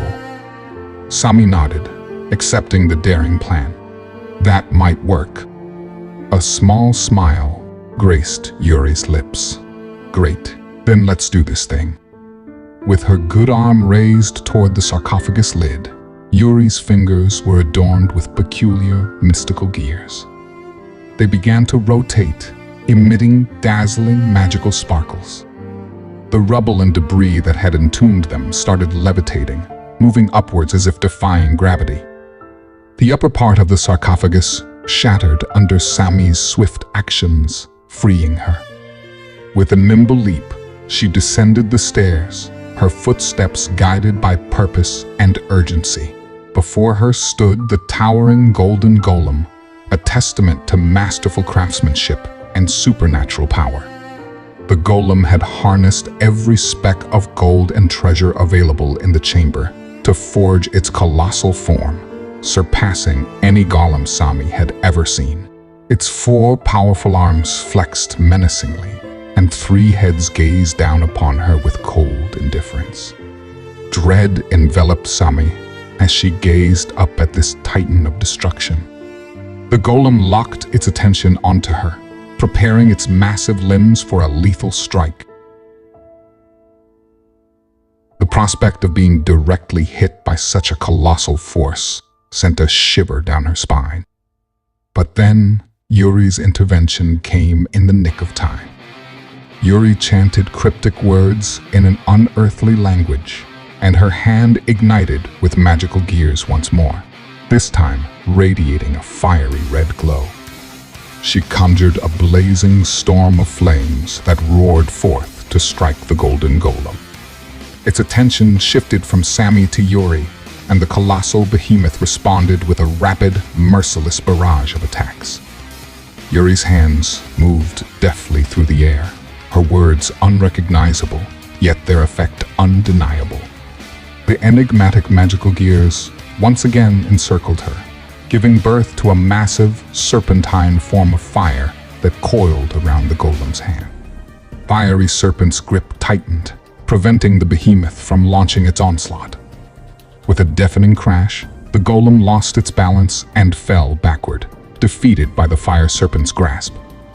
It struggled to regain its footing, but was momentarily rendered powerless. "Do it now, darling," Yuri cried out, her voice echoing through the chamber. Sami, who had been circling the massive golem, scanning for an opening, had found her opportunity. With precise calculation, she seized her moment. Her grip on the sword tightened, and with unyielding determination, she struck. The sword sliced through the golem's neck, severing the first of its 3 heads. An arc of golden coins sprayed out in a dazzling display, and for a brief, victorious second, the golem lay vulnerable. But when it rose again, the severed head regrew, and Sami's triumphant strike seemed futile. To her dismay, there was no marble to be found inside the head she had severed. The stakes remained high, and they needed a new strategy to vanquish this seemingly indestructible foe. The colossal golem, battered but unbroken, struggled to regain its footing after the relentless assault from the fiery serpent and the fiery 3-headed dog, now conjured by Yuri. The ground quaked beneath the golem's colossal form, signaling the depth of its distress.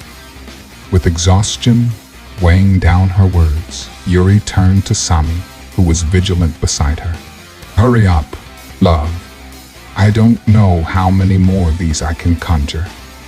Sami seized the precious opportunity presented by the fiery distractions. Her grip tightened around her sword, and in a swift and determined lunge, her blade cut through the second of the golem's 3 heads. To her dismay, the golem's second head, much like the first, yielded no white marble, which they had assumed was the source of its animation.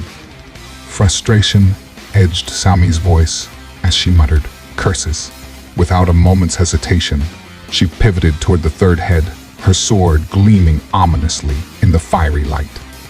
With precision, a swift slice cleaved the 3rd head open, exposing the same bewildering emptiness inside. "Damn it," Sami mumbled while retreating back to the plateau where Yuri stood. "Why is it still moving?" Yuri asked. "None of its heads contained the marble," Sami exclaimed, her voice reflecting her frustration. Yuri, with a thoughtful furrow in her brow, questioned, "Could it be that it's concealing the marble elsewhere within its body or transferring it between its heads?" Sami's response was filled with uncertainty. "I've never encountered a golem capable of doing such a thing." Yuri nodded in solemn agreement, understanding the gravity of the situation. "You're correct, love. But then again, you've never faced a golem quite like this one." The two of them grappled with their dire circumstances. Sami, ever resolute, posed the question, "So what do we do now?" Yuri contemplated their predicament and formulated a plan. "You'll distract the golem for a while. I'll need time to perform a specific incantation." Sami nodded, her determination rekindled. She turned and returned to confront the massive golem, rejoining the battle alongside the formidable 3-headed flame dog. As the golem engaged its fiery adversary, it initially struggled, but soon gained the upper hand. The fiery dog came close to being torn to shreds under the golem's relentless assault. However, Sami intervened once again, her sword slicing through one of the golem's arms with a precise and swift strike. The golem displayed an uncanny regenerative ability as it swiftly reconstructed the severed arm, unyielding in the face of damage. Sami pressed on, her unyielding attacks persisting as an effective distraction. Although her strikes inflicted only minor damage, they managed to keep the golem's attention. Sami's body grew tired, her muscles aching from the sustained effort. Engulfed in the chaotic battle, Sami called out to Yuri, determination resonating in her voice. "Whatever your plan may be, I hope it works." Yuri, with a fierce resolve, began her intricate incantation. Magenta gears, shimmering with arcane brilliance, manifested all around her. Each one turned in synchrony, producing a captivating spectacle. Her chant, articulated in the strange and mysterious language, summoned even more gears to the mix. "Greater flame commandment," Yuri chanted, her voice unwavering in the midst of the tumultuous battle. The gears, each one aligned with the grand purpose of the spell, continued their mesmerizing rotation. "Now then," Yuri muttered, a sense of urgency permeating her voice. "Open." Gate of Asmodeus. The incantation reached its crescendo with a spectacular display of magical prowess. Thousands of fiery harpoons materialized in a vivid crimson blaze, simultaneously firing with pinpoint accuracy. The fiery projectiles pierced the golden golem's towering frame, shattering it into countless fragments, the same components from which it had been constructed. While the storm of fiery destruction raged, Sami recognized the moment's significance. She positioned herself to search for the elusive white marble, realizing the mayhem might have uncovered its hiding place. Yet, as the fiery deluge ceased and the dust settled, the golem lay in disarray, its form shattered into myriad pieces. And still, their elusive adversary remained hidden, the white marble a baffling enigma. As time unfurled its enigmatic thread, the relentless clash of forces continued. Sami and Yuri, defying the ceaseless revival of the golem, found themselves locked in a grueling battle. Their efforts, though valiant, were overshadowed by the riddle of the missing marble. The precious heart of the golem remained hidden, and it perplexed Sami to no end. The minutes stretched, each tick resonating with frustration and desperation. Sami finally bore in time. Panic laced her voice as she painstakingly surveyed every fragment of the regenerating golem. The white marble defied their expectations, throwing their understanding of golems into disarray. Despite her keen eyes and unparalleled experience, Sami couldn't locate the enigmatic life force that had eluded them. The golem continued to taunt them with its indestructible form, like a riddle with no answer. Sami, drenched in sweat, halted her relentless assault. It was clear that their approach wasn't working, and her exhaustion was beginning to show. "Doesn't have a marble, does it?" Yuri quipped, her tone tinged with weary acceptance. Sami admitted with a heavy heart, "No, or at least I couldn't see one." A veil of uncertainty shrouded their weary faces as the battle wore on. Yuri's strength dwindled, and the pressure of their relentless skirmish pressed upon them. She queried, "What do we do now?" "We can't keep this up indefinitely. My stamina won't last." Sami's gaze met Yuri's, and she seized a glimmer of insight. A creature so unique and intricate must have an equally unusual core. "Did you notice that strange white venom at the center of its chest?" Yuri nodded, recalling the uncanny entity that stood at the golem's heart. "You mean that strange, gooey thing?" "Yeah, I noticed it." Sami's voice was touched with audacity as she proposed her bold theory. "This may sound far-fetched, but what if that's the core? As you've said, we've never faced a golem like this. It's possible that its core and that black goo from other golems somehow combined and made this abomination." Yuri, shaken by the implications, confessed, "That's a terrifying thought." "But how do we defeat it?" Sami's response was tinged with resolute determination. "We're going to try everything we can. Concentrate all your attacks on the white venom. I'll do the same, and maybe Lady Luck will look in our direction." Yuri agreed, her resolve steadfast despite her fatigue. As her barrage of fiery harpoons ceased, she inhaled deeply, preparing for the upcoming challenge. The air crackled with intensity as she chanted her incantation. Climax of her spell brought forth a spectacle. A ring of red, spinning gears materialized around her hand, generating a radiant symphony of fireballs. These orbs of fiery brilliance converged on a single point, the golem's chest, housing the enigmatic white venom. In tandem, Yuri unleashed her ferocious assault. With Sami on the move, their relentless determination was about to push the boundaries of what was known about golems and their mysterious cores. Amidst the overwhelming intensity of their battle, Yuri's relentless barrage of fiery attacks had finally unveiled the white goo within the golem's chest, unmasking the presumed core of the colossal creature.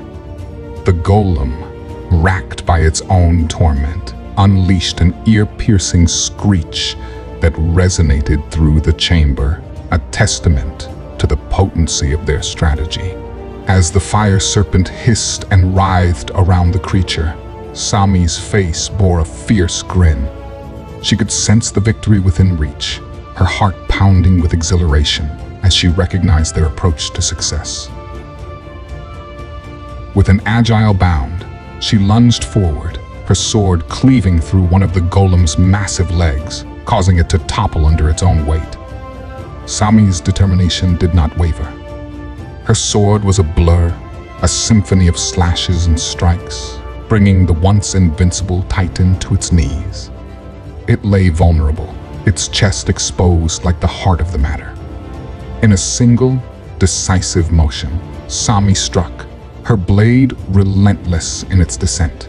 The creature appeared to collapse into two parts, but hope was short-lived as it swiftly reconnected, its formidable healing abilities leaving Sami baffled. Disbelief crept into her eyes, but then determination tightened her resolve. She clutched her sword with renewed vigor and struck again. Thousands of slashes rained upon the white venom, yet it continued to regenerate, as if her attacks had been nothing but a fleeting breeze. "Damn it," Sami muttered, her frustration growing. Retreat became her only option as she fell back with her shield held high. Two lovers found themselves at an impasse, their relentless offensive proving futile against a foe that refused to yield. Exhaustion wore at them, their energies diminishing, and the golem remained impervious to their relentless assault. Yuri's fire harpoons, once a fearsome torrent, began to wane, a reflection of her own diminishing strength. Despite the odds stacked against them, Sami was resolute. She muttered to herself, "No, I can't think that way. Every creature has a weak spot. I just need to find it." With that unwavering determination, she advanced once more, her target the golem's legs. Relentless slashes and cuts aimed to bring it back to its knees, to expose the elusive weakness.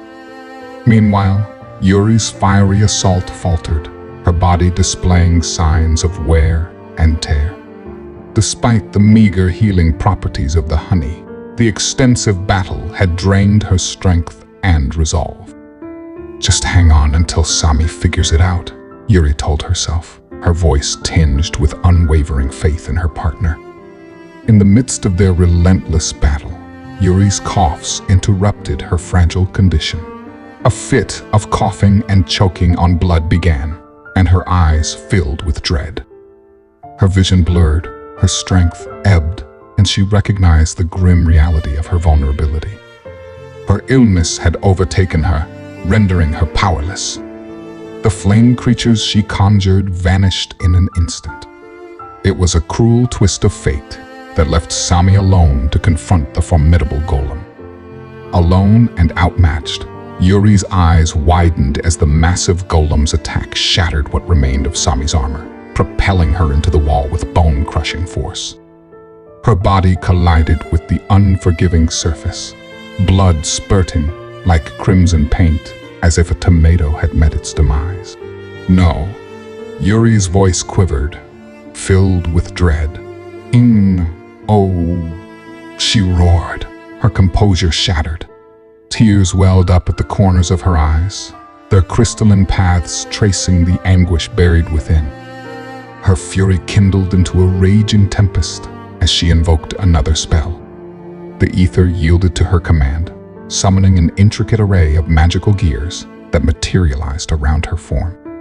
In an explosion of pain and wrath, Yuri's agonized cry echoed through the chamber. With sheer will, she hauled herself back onto her feet, relying on both her unwounded hand and her broken one, her will refusing to yield. The ground trembled beneath her as a fiery behemoth, an 8-headed serpent, appeared before her, hissing and writhing, an embodiment of her rage. With a resolve that eclipsed her physical frailty, Yuri charged forward. Time was of the essence, and every step was a testament to her indomitable will. She ran as fast as her legs allowed her to. With seconds to spare, Yuri reached Sami just before her body would crash into the hard floor. She held her partner close, hoping against hope for signs of life, her heart pounding with dread. Tears welled up in Yuri's eyes as she whispered, "No, you can't." Desperation fueled her as she set Sami down gently, beginning the frantic task of resuscitation. Her trembling hands hovered over Sami's chest. Her lips whispered words of encouragement. Each second that ticked by felt like an eternity. "Come on, darling. Wake up." "Please," Yuri muttered, her voice thick with emotion. But there was no response, and dread constricted her heart as she fought to hold back tears. Tears flowed down her cheeks, and hope seemed to slip away, taking with it the light in her eyes. She wanted to scream, to unleash her despair. With trembling hands, she reached into her boot and pulled out a small dagger, pressing it against her own throat, a final act of desperation. If this is how it's meant to be, then we're going out together, and by my own hand. But before she could go through with the unthinkable, Sami's fragile hand touched her leg, and her whisper carried a faint but promising message. "I know how to defeat it." Of the chaos, Sami became a ballet of blades, a symphony of skill and strength. Her every move was a dance, a swirling display of grace that belied the fierce battle she waged. A blade gleamed in one hand, a shield in the other, weaving a tapestry of defense and retaliation against the colossal golden golem. As Sami pirouetted through the clash, her discerning eyes sought the elusive weakness within the golem's metallic form.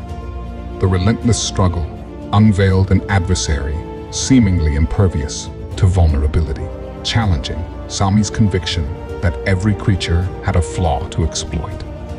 Refusing to concede, Sami leaped aside, a shadow in the periphery of the golem's focus, allowing Yuri's attacks to rain upon the creature. Fiery explosions erupted on impact, scorching the golem's chest. The intense heat not only marked the beast's golden exterior, but also melted certain sections of its metallic frame. Sami's gaze honed in on the molten gold, witnessing the golem's futile attempts to absorb the liquefied fragments back into its body. A realization dawned: the golem possessed the ability to shape itself with the gold, but it couldn't control the molten substance to its advantage. With widened eyes, Sami jumped back to evade a retaliatory strike from the golem, her mind working furiously. It can't manipulate gold to its will. It can only use it to shape itself how it desires, she mused, deciphering the creature's limitations in the midst of battle.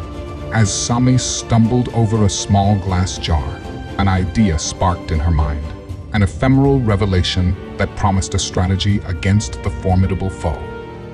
However, the imminent danger halted her train of thought abruptly. Yuri's attacks ceased, replaced by the ominous sound of coughing. Panic seized Sami as she turned towards her partner, witnessing Yuri's body crumpling and colliding with the unforgiving ground. Darkness eclipsed Sami's mind, replaced by a desperate urgency to reach Yuri's side. Before she could take a step, the golem, fueled by its rekindled fury, unleashed a retaliatory strike. The brute force of its anger propelled Sami across the chamber, slamming her into the unyielding wall. The impact left her battered and broken. Yuri cast the dagger aside, enveloping Sami in a tight embrace, her voice quivering with genuine fear. "Never scare me like that again," she pleaded, her grip an unspoken prayer for Sami's safety. Sami responded with a gentle tap, a silent plea for some space amidst the chaos. Yuri, sensing the unspoken request, reluctantly released her hold. Sami attempted to rise, but the shards of pain that coursed through her body rendered every movement an agonizing torment. Bones were shattered, and each attempt to shift was met with searing pain. Observing Sami's struggle, Yuri rushed to her aid, assisting her to lean against the chamber wall. "Just stay still for a moment, until I can find some honey for you," Yuri urged, frantically rummaging through her rucksack. Her heart sank as she realized that most of the potions and jars lay in pieces or were devoid of their contents. The honey, their last hope for healing, was nowhere to be found. Self-recrimination filled Yuri's thoughts as she remembered the warning Sami had issued while they were sheltered within the sarcophagus. The last jar of honey had been used, and now they were left with no recourse. "Yuri, listen." Sami's strained voice struggled to convey something crucial, but Yuri's panic clouded her focus. She reassured Sami, her own worry evident in the rapid rhythm of her heart, promising to find a way to heal her injuries. Sami's voice grew more resolute. "Yuri," she called, finally capturing her attention. She comforted Yuri, placing her hand gently atop hers, a reassuring touch amid the turmoil. "Everything will be all right. I believe in you," Sami whispered, her smile offering solace amidst the chaos. Yuri's frantic heartbeat gradually subsided, the silence descending upon the chamber as Sami, without a single word, held Yuri's hand, a tranquil anchor amid their tumultuous circumstances. In the aftermath of chaos, Yuri's voice quivered with both gratitude and concern. "Even in your pain, you managed to save me." With a heavy heart and a desperate mind, Yuri closed her eyes in the midst of the chamber's wreckage. Every incantation, every magical formula she had ever learned swirled within her thoughts, a chaotic tempest of arcane knowledge. She sought a combination, a blend of powers that might offer solace or respite for Sami's injuries. The touch of Sami's hand lingered, a gentle warmth guiding Yuri's focus. With unwavering determination, she traversed the boundless library of spells within her mind, seeking that elusive mix that might alleviate Sami's suffering. When her eyes reopened, they scanned the desolation surrounding her. Amidst the shattered remnants, among the fallen tomes and broken furniture, Yuri finally discovered what she sought. Kneeling beside Sami's resting form, she gently pressed a soft kiss upon her forehead, a tender pledge of her swift return. Setting forth with a determined stride, Yuri headed toward the old study, a bastion of structure within the chaos. She deftly manipulated the enigmatic white gears, shifting the rubble obstructing her path, and ventured into the study's sanctum. Within those, now disheveled walls, amidst the chaos of shattered knowledge, worry threatened to grip her heart. Yuri steeled her resolve, anchoring her thoughts solely on Sami's well-being. With relentless persistence, she sifted through the debris, scouring broken bookshelves, displaced wooden remnants, and scattered stones. Her exhaustive quest bore fruit. Nestled amidst the ruin lay the coveted elixir of healing, the same Sami had discovered earlier. Yuri's relief echoed through the shattered halls, her excitement palpable as she consumed several vials and hastily gathered the remaining ones, stuffing her rucksack to its limits with the precious liquid. Yet, before she departed, her gaze caught something unexpected, a stunning blue staff, its apex adorned with a radiant red crystal. Entranced by its beauty and curious about its hidden powers, Yuri carefully picked up the staff, its elegance resonating with a mysterious allure. With newfound determination bolstering her resolve, Yuri hastened her return to Sami. Each step carried an urgency fueled by a fervent need to administer the healing elixir, and the newfound discovery of the enigmatic staff sparked a whirlwind of questions and possibilities in her mind. Sami lay motionless, a testament to the relentless onslaught she had endured. Yuri's heart swelled with a myriad of emotions at the sight of her fallen lover.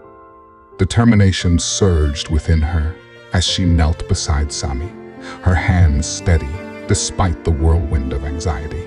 With deliberate precision, Yuri uncorked the vials containing the precious elixir, pouring its potent magic into Sami's lips. This elixir wasn't just any remedy.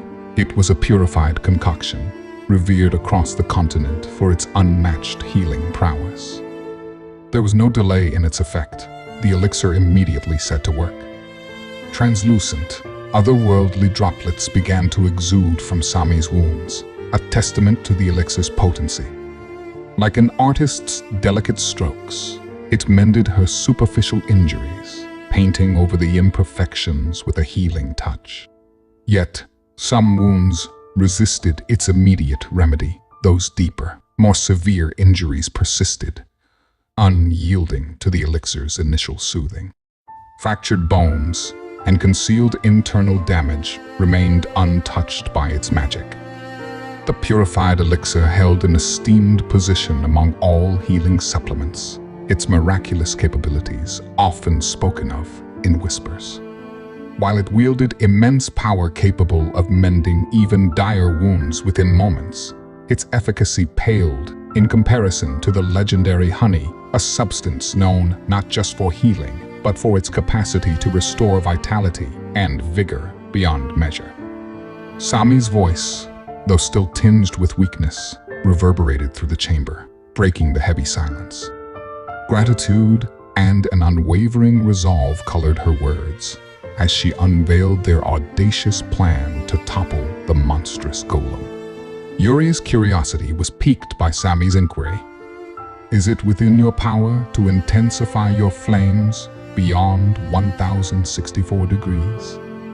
she asked. Yuri acknowledged the theoretical possibility. "In theory, yes.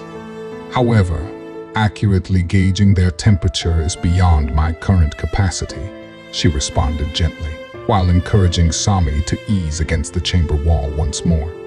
The rationale behind Sami's inquiry began to crystallize. "We'll melt its golden form, ensnaring that white substance within a solid gold shell," she exclaimed, her determination blazing brighter than the fires they sought to harness. A subtle grin touched Yuri's lips as she absorbed the proposition. Sami's idea stemmed from a logical foundation. The golem's manipulation of gold had its limits. If they could transform the malleable metal into an unyielding state, it might indeed prove to be their salvation. Yuri pondered for a moment before voicing her concerns. "It's a plausible plan, but are you absolutely certain?" she inquired, a hint of caution tainting her tone. Sami's response echoed with unwavering resolve. "At this juncture, what have we got to lose?" Her voice carried a flicker of hope, her lips curved into a determined smile. Yuri's expression mirrored Sami's resolute spirit. "Very well, let's give it a try," she declared, steeling herself for the daring gamble they were about to embark upon. Sami meticulously outlined their strategy. She would lure the golem, drawing its attention and diverting its focus, while Yuri prepared her flames, stoking them to their most formidable intensity. Together, they were set to execute a calculated plan, a bold attempt to tip the scales in their favor.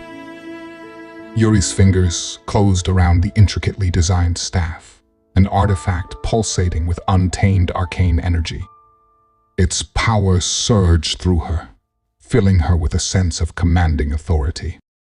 She rose from her position, her gaze unwavering, embodying a mix of trepidation and unyielding resolve.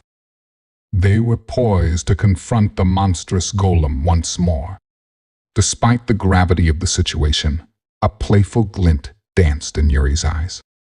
"Should we survive this, you owe me the most unforgettable night of our lives," she teased, a faint smile playing on her lips. Sami's response mirrored their shared spirit of optimism. "When we make it through this," she corrected, her tone resonating with unwavering determination.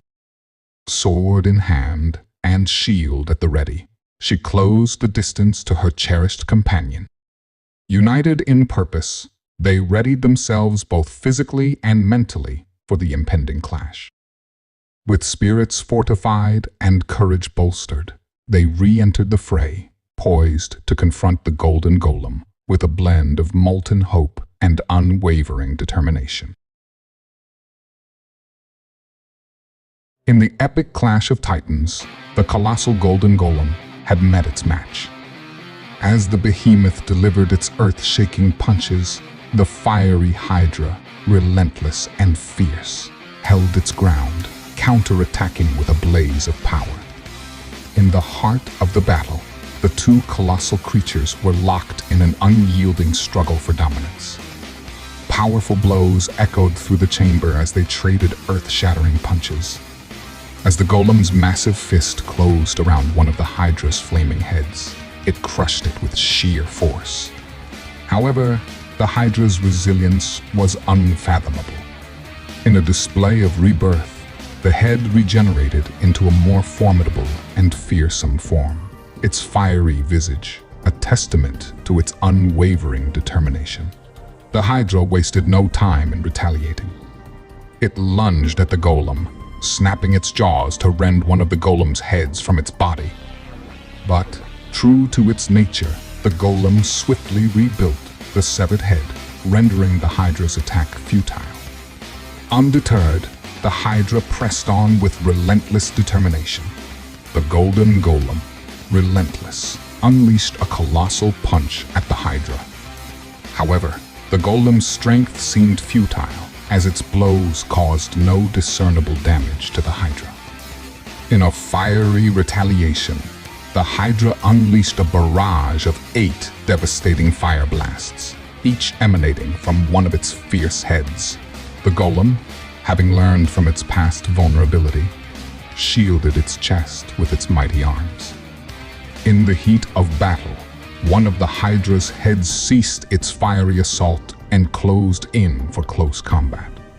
It clamped its fiery jaws onto the golem's arms, shattering them into a rain of golden fragments.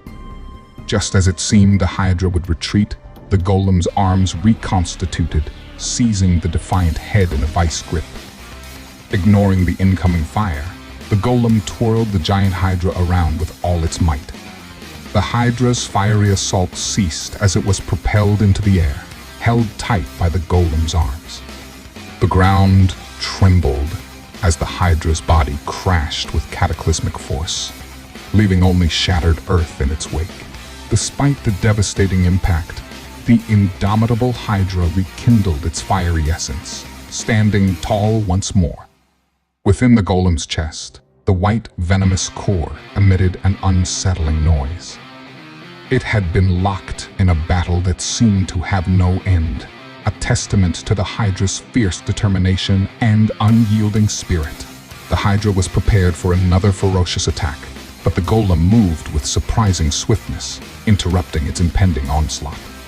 With all 6 of its arms, the golem seized 6 of the hydra's 8 heads, stifling their fiery onslaught. The golem's strategy brought some success, obliterating 6 of the 8 heads. Nevertheless, the remaining 2 heads, unrestrained, continued their relentless firestorm, pushing the golem onto the defensive. With each passing minute, the hydra's regenerating heads grew fiercer and more unstoppable. Their fiery attacks gradually pushed the golem further back, feeding its mounting irritation. In a symphony of determination and frustration, the hydra unleashed a scorching attack from all angles. The golem attempted to shield its chest, raising its massive arms. Yet, the relentless barrage proved too much, causing the golem's golden form to shatter into an innumerable array of pieces. Lying motionless on the ground, the golem was seemingly defeated. The Hydra, victorious in this ferocious clash, moved closer, prepared to deliver a final blow to the golem's core.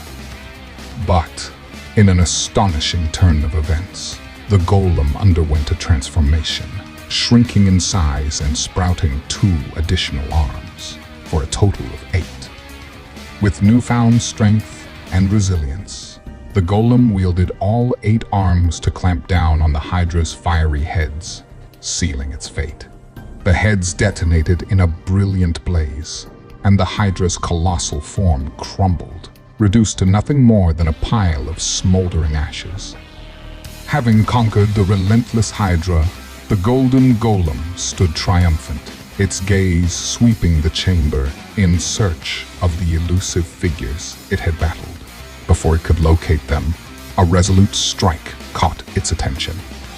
Sami, who had previously been flung into the chamber's wall, had somehow survived, displaying unwavering determination as she wielded her sword. Despite her previous injuries, she had returned to the battlefield, ready to continue the fight against all odds. The relentless tension in the air escalated as the golden golem's wrath swelled to a maddening peak. With an almighty raise of one of its 8 arms, it prepared to strike Sami down, but this pivotal moment would usher in a bewildering transformation that would rewrite the rules of this ferocious battle. A vivid, crimson whirl of gears materialized above the golem, their frenzied spinning producing an unearthly white fire. The surreal flames cascaded onto the golem's extended arm, a blaze of ethereal heat that liquefied the golden limb within moments. The golem howled in exasperation as it struggled to mend what was lost, yet it proved futile. The molten gold poured to the ground, only to be ensnared by a choreography of white gears suspended in an otherworldly dance around the befuddled golem. Sami's unwavering determination forged an impenetrable resolve as she continued her relentless onslaught, sparing no mercy for her colossal adversary.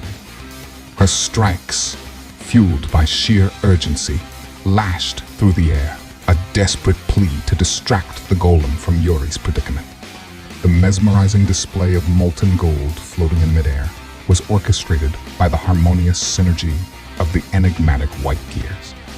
This eerie fusion of magic and mechanics created a haunting spectacle around the golem, a symbol of its perpetual torment. Faced with this unyielding predicament, the golem opted for a change in strategy.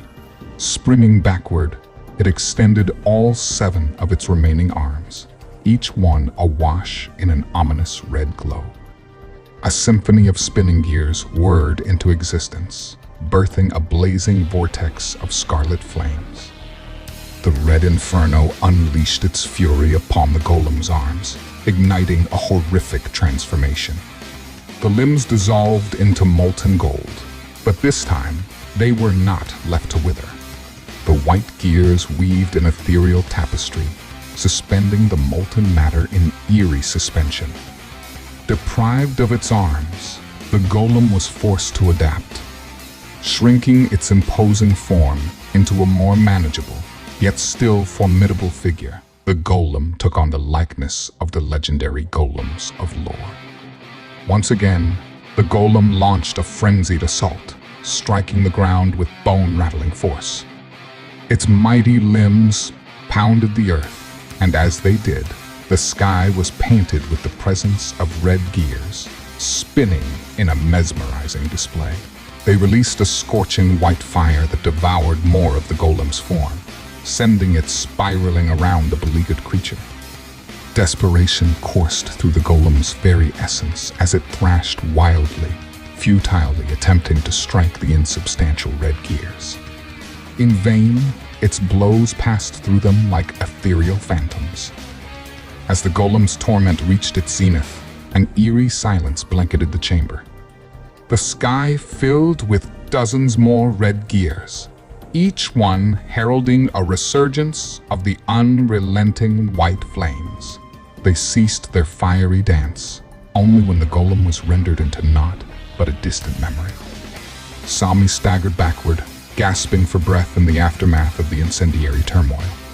The relentless heat had taken its toll, and her fleeting smile of victory faded as a new revelation gripped her attention. Emerging from the dissipating white flames, a peculiar figure drew near.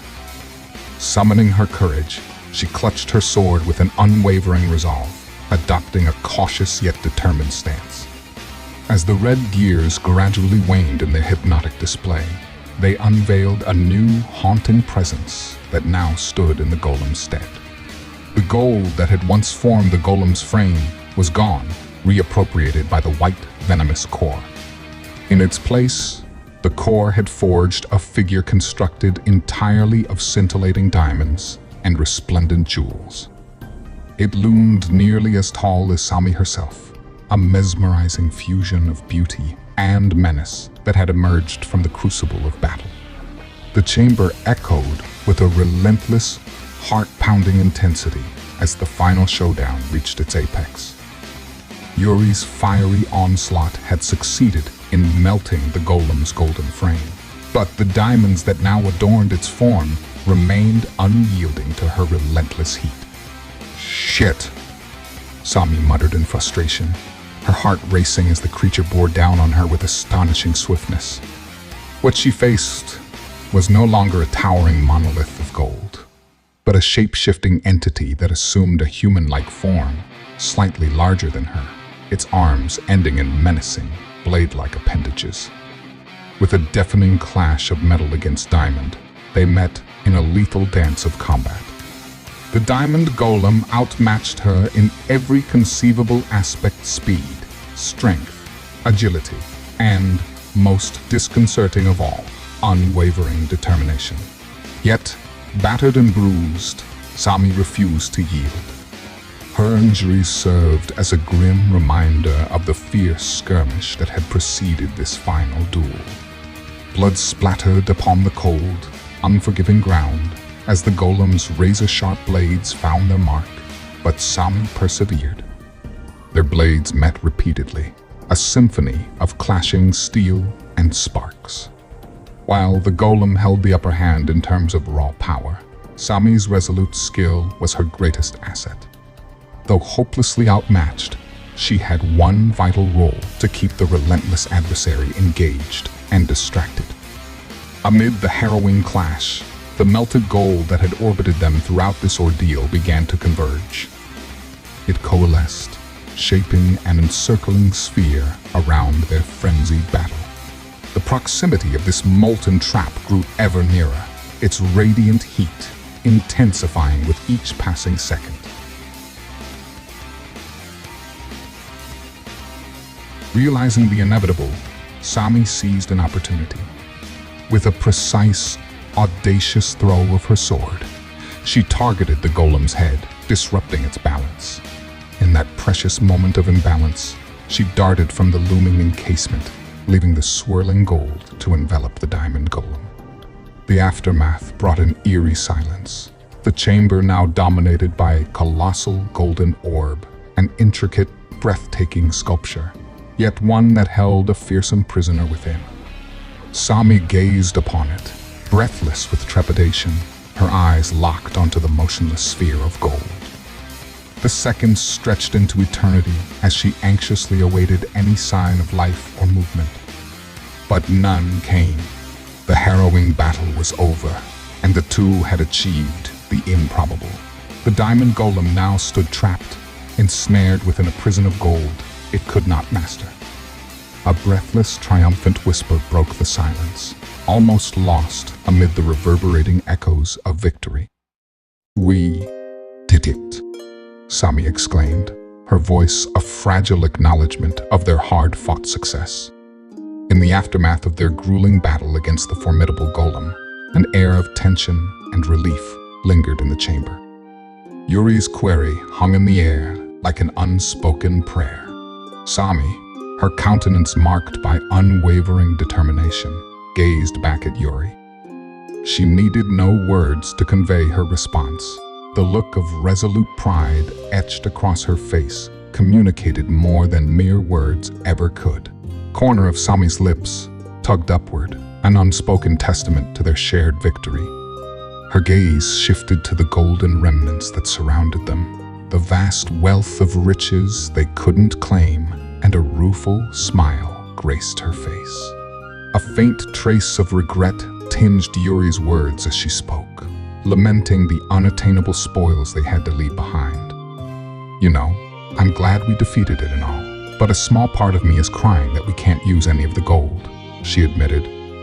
Her desire for a taste of the opulent treasures they had narrowly escaped could not be entirely suppressed. "And I was so excited to do all those things." Sami's response, filled with her characteristic wisdom and resolve, sought to console Yuri.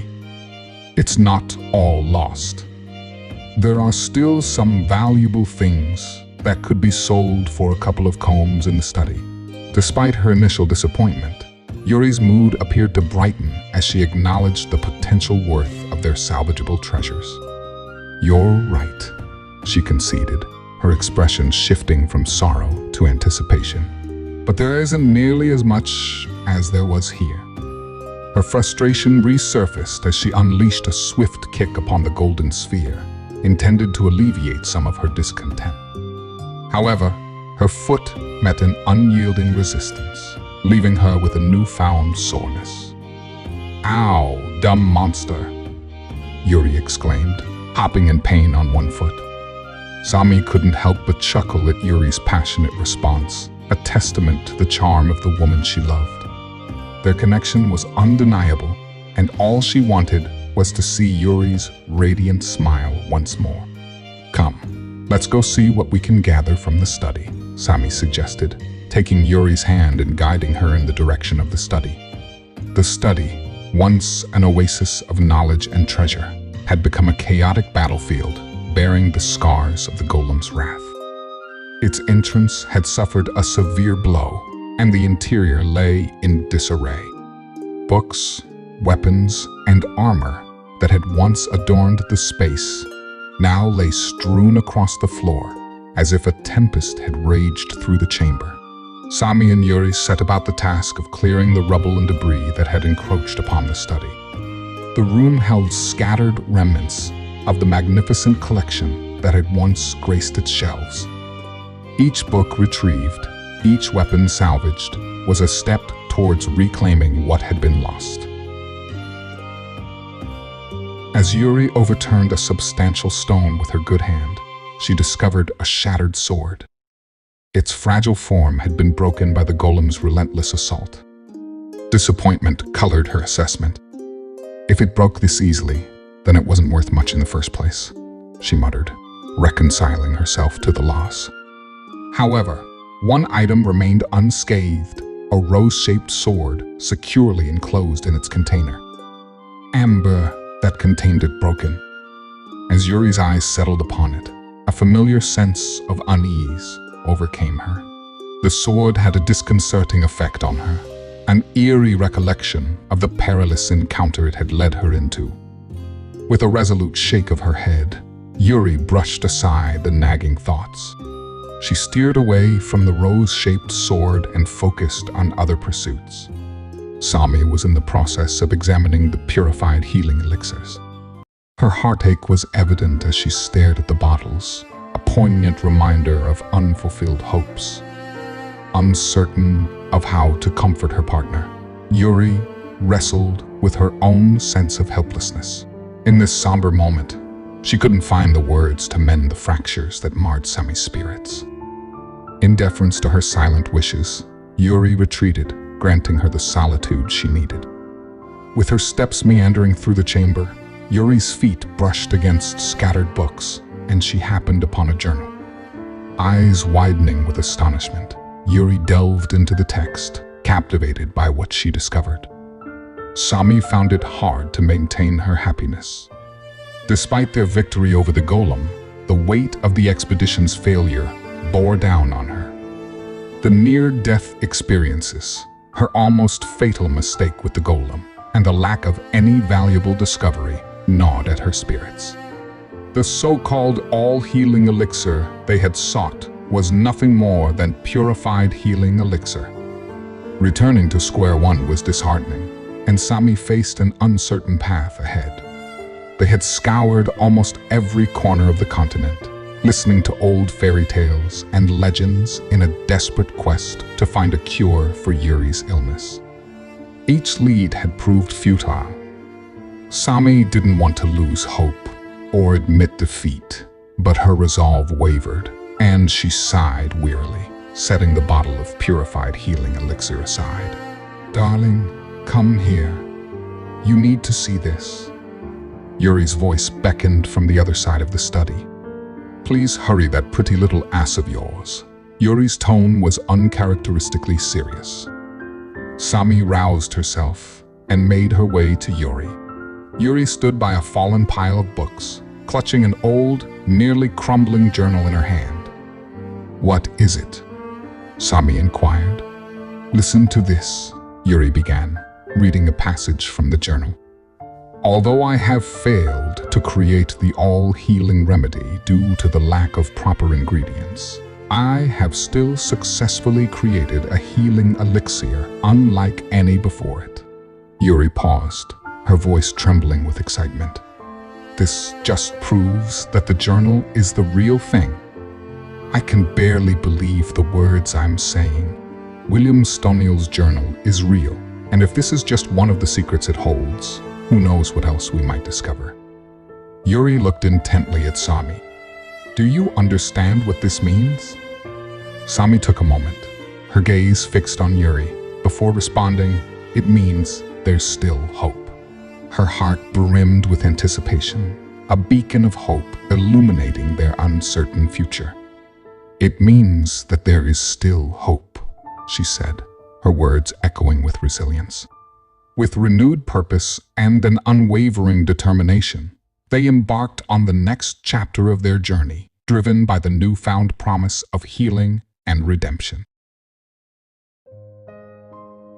Yuri lay awake in the quiet stillness of the night, her nightgown a gentle contrast to the peaceful slumber of Sami beside her. The weight of sleeplessness had become a relentless adversary, an unwelcome visitor haunting her every attempt at rest. Her gaze wandered to Sami's serene form, finding solace in the rhythmic rise and fall of her partner's breathing. Yet, this tranquility offered little respite from Yuri's own restless state. Night after night, she grappled with the trouble of falling asleep, the sanctuary of sleep turning into a battleground. Despite the exhaustion born from intensive training and intimate moments, the respite of slumber remained ever out of reach. The few hours she managed on better nights were eclipsed by the torment of sleeplessness that often plagued her. The subtle but persistent sensation, a foreboding pang in her gut, roused Yuri from bed, careful not to disturb Sami. The bathroom welcomed her with its cold familiarity, where she clutched the edges of the sink, her body bent over the toilet in silent suffering. This daily ritual had transformed from an occasional intrusion into a grueling routine, a cruel reminder of her condition. Yuri's disdain for it grew more profound with each retch. It wasn't just the physical discomfort that wore her down, it was the relentless reminder of her helplessness. As her body convulsed in discomfort, her mind remained ensnared in a suffocating fog of despair. Her eyes fixed on the mess she made and puked out, vacant and lost amidst the turmoil of her existence. The room echoed with the hollow sound of her struggle, a symphony of suffering that she hoped would soon fade into the night, granting her a brief respite from this unending cycle of anguish. Yuri's disdain for the merciless decree of fate manifested as an all-consuming resentment, a constant companion in her arduous journey. It was a struggle fought not on distant battlefields, but within the confines of her own body, an incessant war against an unseen adversary that refused to yield. The echoes of her anguish slowly faded, leaving Yuri's trembling form clinging to the porcelain with a tenacious grip. As her strength waned, she collapsed against the cool edge of the bathtub, her eyes staring into the void, a mirror of her internal turmoil. Words failed to capture the depth of her visceral hatred for this torment. The unrelenting nausea, the ceaseless physical agony, and, above all, the relentless toll it exacted on her spirit, fueled an abhorrence she could scarcely contain. This was her life, a sentence written in the language of anguish, an inescapable sentence dictating the terms of her existence. The path ahead seemed immutable, and as the first hints of dawn crept through the window, Yuri found a resigned acceptance. She understood that her fate was a thread woven into the fabric of her being, unchangeable by her own volition. It was a realization that while her smile might be tested, perhaps even dulled by the relentless ordeal, she remained resolute in traversing this daunting terrain, knowing that challenging fate was an unwinnable battle. Gathering what remained of her strength, Yuri composed herself. Moving to the sink, she methodically cleansed her mouth and splashed water onto her face, an attempt, however futile, to rid herself of the lingering effects of the ordeal. Each refreshing touch served as a balm for her resilience, a silent promise to herself that her journey was far from its conclusion. The serene ambiance of the bedroom enveloped Sami, who continued to slumber peacefully, oblivious to Yuri's struggles. Her tranquil rest was a testament to the emotional and physical toll of their recent expedition, a formidable encounter against a formidable adversary. Leaning in, Yuri planted a soft kiss upon Sami's forehead, a gesture filled with love and reassurance, an unspoken testament to their shared challenges and the silent support they lent one another in facing the unseen battles of their lives.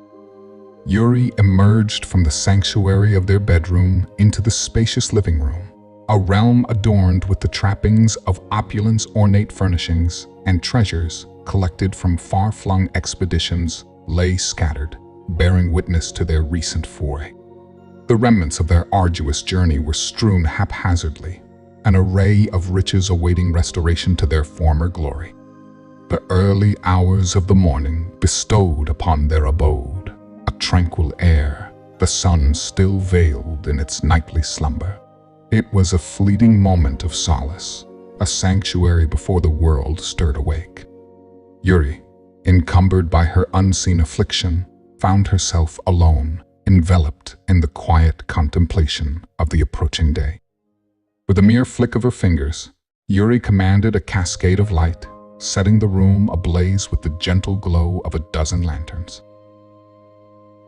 The sudden radiance unveiled the disheveled aftermath of their recent expedition, a tangible reminder that the remnants of their chaotic adventure had seeped into the confines of their home. Letting out a resigned sigh, Yuri acknowledged the inevitable task ahead, the meticulous sorting and tidying of the treasures amassed from their journey. Yet, she deferred this chore to the light of day. At present, her focus shifted to more immediate concerns. Her steps led her from the dimly lit expanse to the kitchen, a sanctuary where the day's culinary exploits awaited her expertise.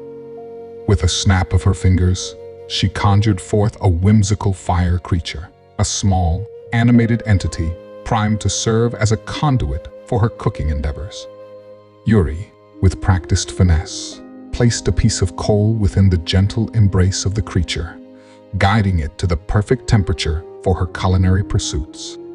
The harmonious fusion of her magic with the elemental essence of the creature set the stage for an exquisite culinary canvas.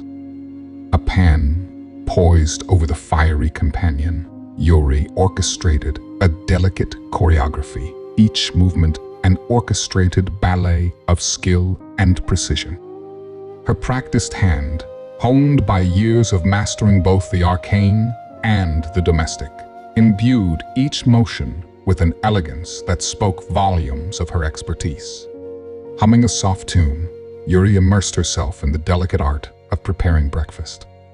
While she might not boast the skills of a culinary maestro, there was an undeniable pleasure in this process.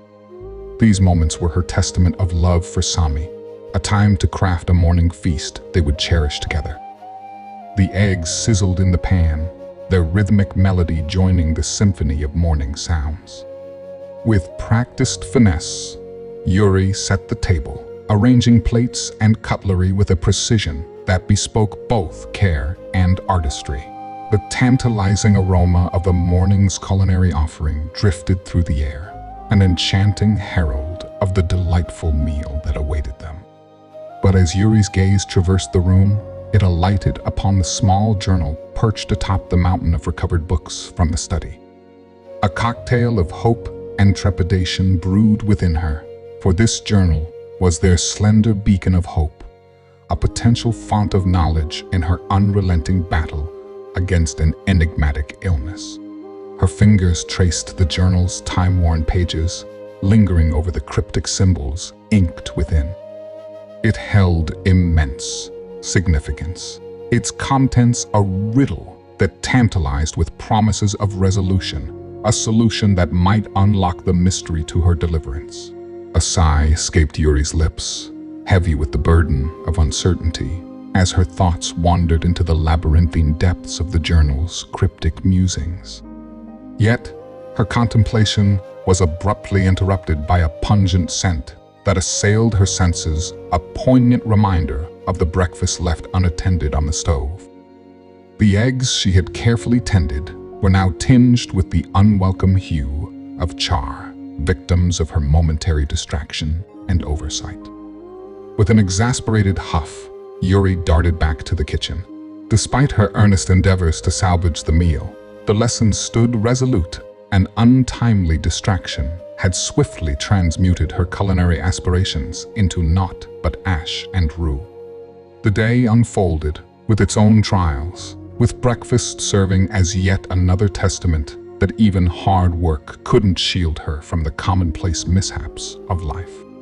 The weariness from the preceding days had taken its toll on Sami, both physically and mentally, leaving her yearning for the embrace of restorative slumber. As night cast its soothing shroud over the world, she succumbed to its tender darkness, seeking solace in a deep and much-needed sleep. Sami's respite unfolded like a tranquil symphony, a seamless 13-hour journey into the realms of uninterrupted sleep that bestowed a much-needed rejuvenation upon her fatigued frame. However, the sanctuary of slumber found its serenity fractured by a more assertive entity, the radiant force of daylight itself in. Yuri, adorned with her signature twinkle and an infectious smile, unfurled the curtains in their bedroom. The morning sun, a luminescent cascade, poured into the room, its warm tendrils embracing the cozy space they called home. "Wake up, sleepyhead," Yuri chimed, her voice resonating with cheerful enthusiasm. "Breakfast is ready." The brilliance of the day unfolded, revealing the breathtaking expanse of their current abode, the Shattered Falls. A realm of wonders, where myriad floating islands, each a unique tapestry of shape and size, traversed the heavens. These celestial gardens, adorned with cascading waterfalls, lent an enchanting air to the land. Their dwelling, plucked from the pages of a fairy tale, perched upon the back of a colossal, lumbering island-pulling turtle, a majestic creature that bore the weight of their home as it meandered through the picturesque plains. Sami, reluctantly drawn from the embrace of sleep, grappled with the tendrils of grogginess. Her hair cascaded in disarray, and her countenance bore the signature marks of sleep's tousling touch. "Is it morning already?" she inquired, her voice a melodic murmur woven with the remnants of drowsiness. Yuri, undeterred by Sami's apparent reluctance to part ways with sleep, responded with undiminished enthusiasm. Of course, it's morning. Can't you see the beautiful sunshine outside? Shielding her eyes from the intrusive light, Sami raised her hand to shield herself from the radiant morning rays. I'm going back to sleep, she declared, surrendering her form to the inviting expanse of the bed. Yet, Yuri, the harbinger of morning zeal, had no intentions of allowing Sami to return to the blissful realms of slumber. Gently grasping Sami's arm, she embarked on a mission to coax her back to wakefulness. No, didn't you hear what I said? I made breakfast, Yuri exclaimed, her enthusiasm undiminished. A wry grin played on Sami's lips, their playful banter evident. I heard you. That's why I'm going back to sleep, she quipped before adding. I don't even want to imagine what sort of mess the kitchen is in right now. Yuri, however, had other plans and was determined to prevent Sami from slipping back into the arms of sleep. She gently tugged at Sami's arm, coaxing her away from the allure of the bed. No, you're not escaping breakfast this time. I worked hard on it, and I promise it's edible, Yuri insisted, her pride evident in her playful proclamation. Sami, ever the teaser, responded with a growing smile. Is it now? Their exchange, a familiar dance of affectionate banter, continued. Yuri, with a mischievous glint, responded, Well, you're never going to find out if you don't get your lazy butt out of bed. Sami, enticed by the promise of a delectable meal, offered no further resistance as Yuri guided her out of bed. Okay.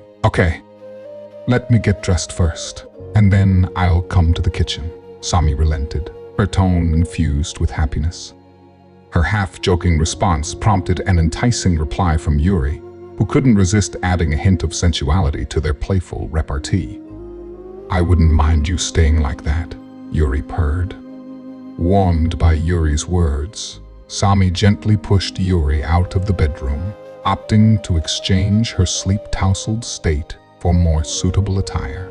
After a few minutes of personal tidying, Sami emerged from their room, her anticipation heightened, and made her way to the kitchen. As Sami ventured into the kitchen, a delightful array of scents enveloped her senses, led by the tantalizing aroma of breakfast. Yuri, anticipating her arrival, stood by the table, poised beside the morning's offerings. Sami sported her characteristic attire, a pair of supple, long leather trousers, complemented by an oversized white blouse that draped her form in an effortless yet elegant manner. Stepping into the dining area, she was met with a delightful surprise carefully arranged on the table. The feast displayed freshly baked eggs, sizzling strips of bacon, a loaf of still warm bread, and a carafe brimming with freshly squeezed juice. To Sami's astonishment, nothing seemed overdone or unappetizing. Her genuine surprise was undeniable. Sami's eyes widened, an expression of astonishment lighting up her face. Wow, it actually looks edible, she exclaimed, her smile a mirror of her genuine amazement. Yuri, the culinary architect behind this surprising breakfast, nonchalantly brushed off Sami's remark, her anticipation palpable as she awaited Sami's judgment. Caught in the contagion of her partner's enthusiasm, Sami decided to sample the meal. To her astonishment, it wasn't just edible, but genuinely delightful. While it might not have achieved culinary perfection by professional standards, considering it was prepared by Yuri, Sami's compliment held immense significance.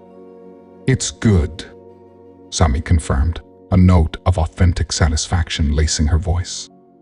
Yuri, thoroughly pleased with herself, couldn't resist boasting. Why, thank you. It did take a few tries, but you can't argue with the results. As Sami reveled in the simple joy of witnessing her partner smile, Yuri blushed, genuinely touched by the heartfelt compliment. Sami's affection for the woman behind that smile was evident, and it warmed Yuri's heart.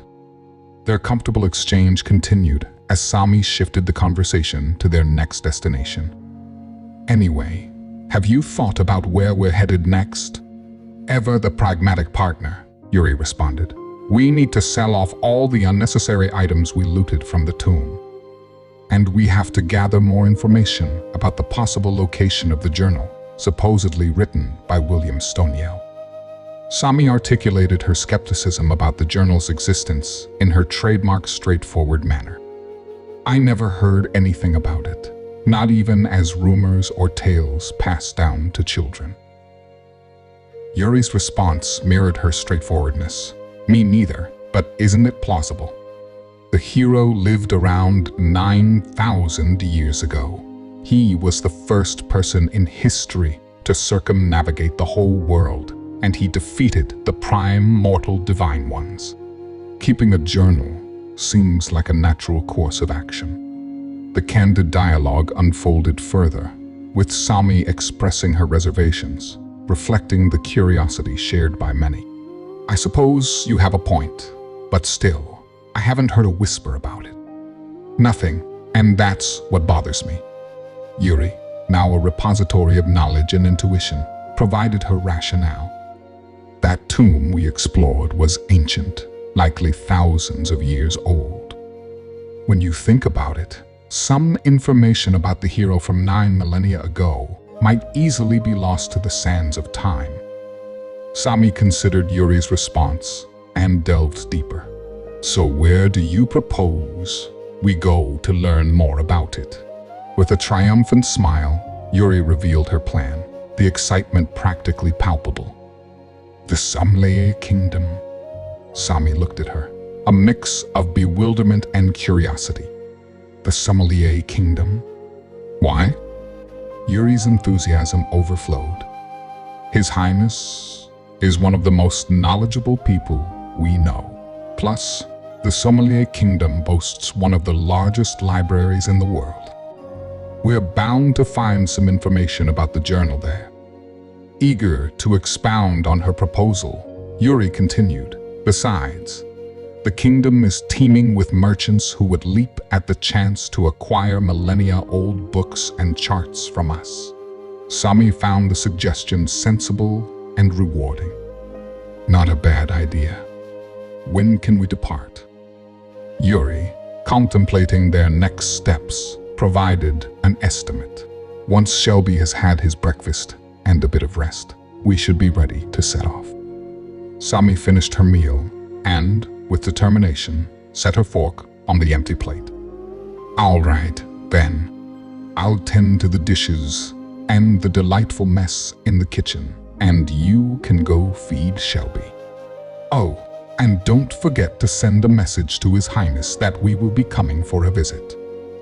Yuri, true to her nature as a diligent partner, gave a crisp salute to acknowledge the instructions. With purpose, she swiftly rose from her seat, ready to carry out her assigned mission. Sami's gaze shifted to the substantial pile of dishes and culinary disarray that awaited her, a slight pang of regret creeping in for volunteering to take charge.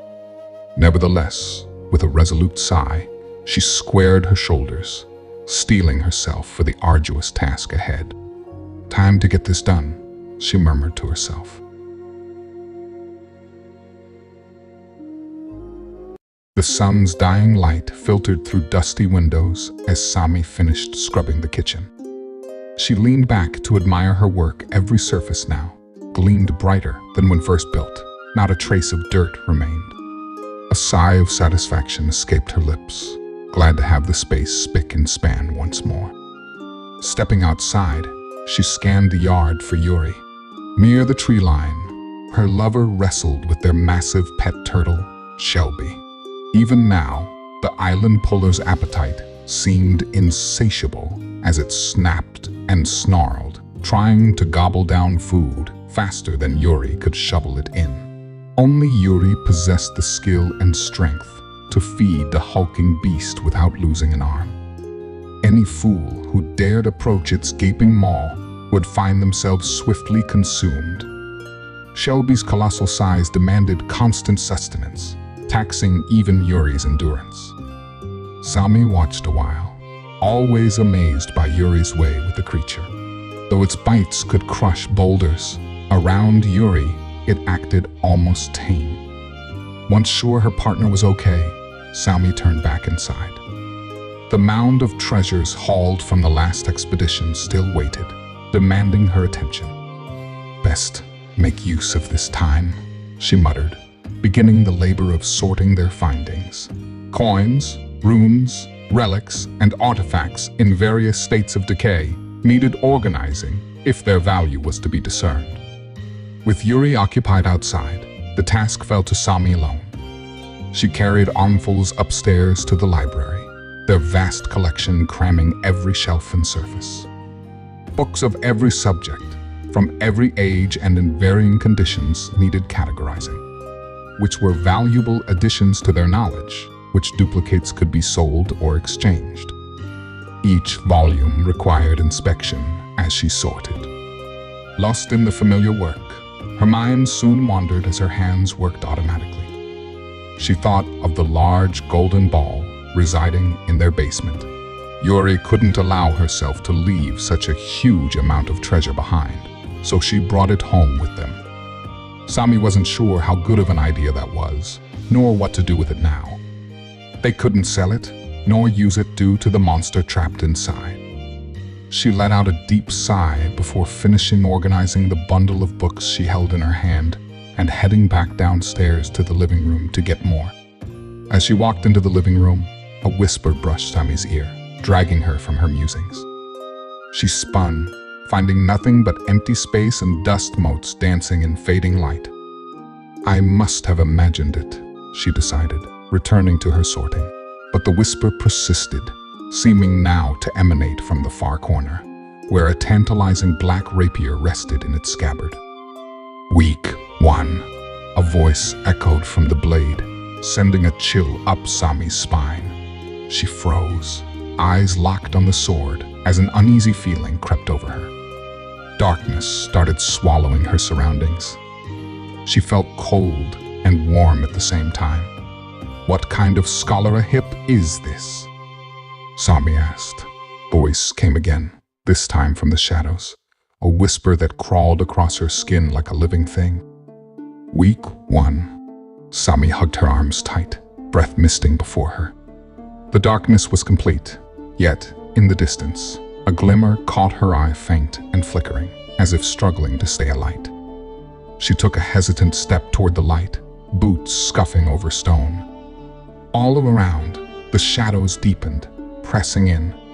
A memory surfaced the tomb's cramped passages, hewn rock closing in on all sides as the stone army advanced relentlessly.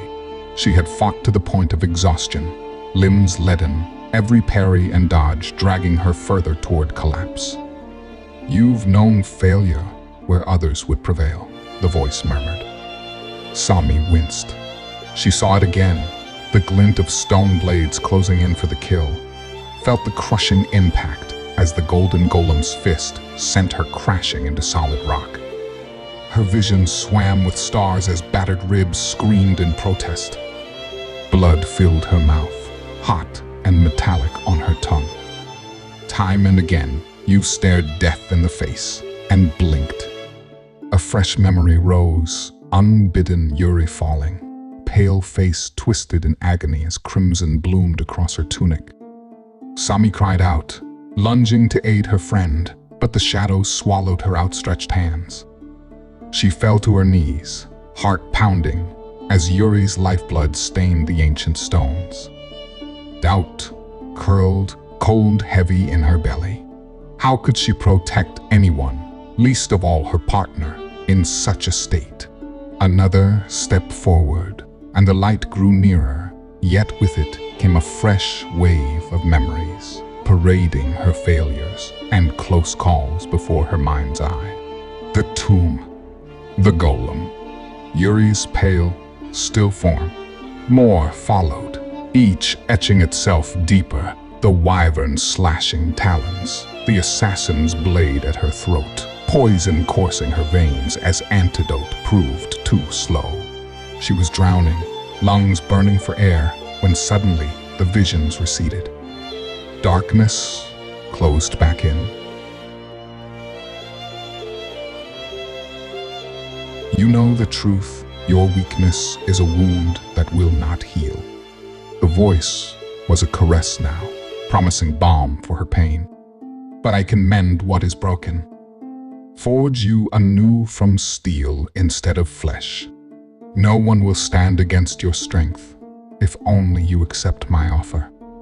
Sami hesitated, the light flickering before her. She found herself wondering things could have been different back then, if I was stronger. Maybe he wouldn't have left if I was stronger. If I was stronger, maybe I could have found a cure for Yuri's illness already and saved her from her suffering. The oppressive darkness retreated slowly, as if loath to release its hold. A new light emerged to fill the void, its radiance banishing the lingering shadows. But this light was no mere flicker. It shone with a brilliance that momentarily blinded Sami. She lifted a hand to shield her eyes, waiting for her vision to adjust. When it did, she found herself standing adorned in formidable black and red armor.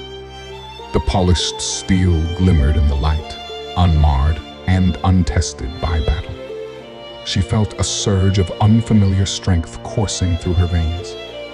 Her newfound prowess left her feeling light yet sturdy, swift yet resilient. In this vision, her power was put to use, shielding Yuri from the cruel grasps of Vicios, monsters wanting to harm her, and even helping her find a cure for Yuri's debilitating illness. Sami saw herself supporting her lover, carrying her when her legs grew weak, and holding her steady when coughs racked her slender frame. Gone was the pallor of sickness. Color bloomed once more in Yuri's cheeks. Sami smiled at the sight, her laughter ringing out as carefree as in days past. Yet this new self-wielded power for more than protection alone.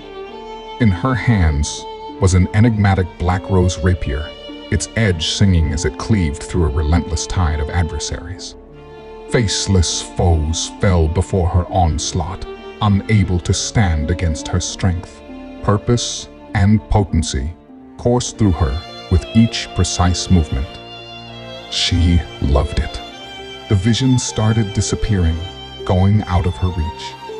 Sami reached out to touch her vision self once more, yearning to feel the solid reassurance of armor beneath her fingers and power in her veins.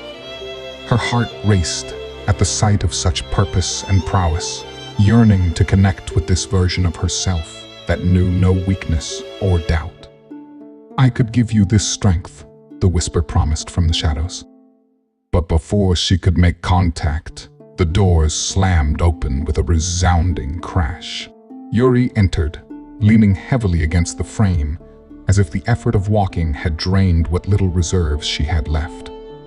Sami? Concern laced her voice as she took in Sami's strange expression. Are you well? Reality crashed back in with brutal force.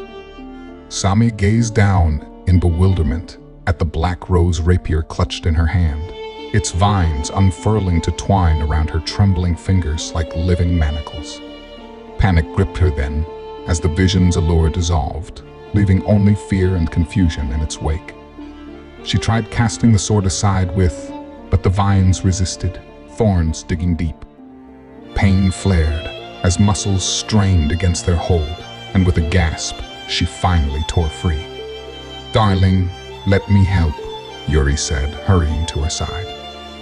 Worry creased her brow as she took in Sami's distress. Sami shook her head mutely, breathing hard. The rapier lay abandoned across the room, an omen of the surreal darkness that refused to fully relinquish its hold. Gasping for breath, still grappling with disbelief, she managed a breathy. Her voice trembled, caught in the web of uncertainty. Yuri's focus held steady on the ominous blade. That thing again, she muttered, suspicion narrowing her eyes to wary slits. Confusion laced Sami's inquiry. "What do you mean again?" Yuri's tone grew somber, her words carrying weight. "When we first treaded into the hidden study, I heard strange whispers. Then, I'm not sure what exactly happened. It was like I was put under a trance. All I know is that the sword was at the heart of it." Surprise etched Sami's features. "Then why did you bring it back with us?" she asked. "Me?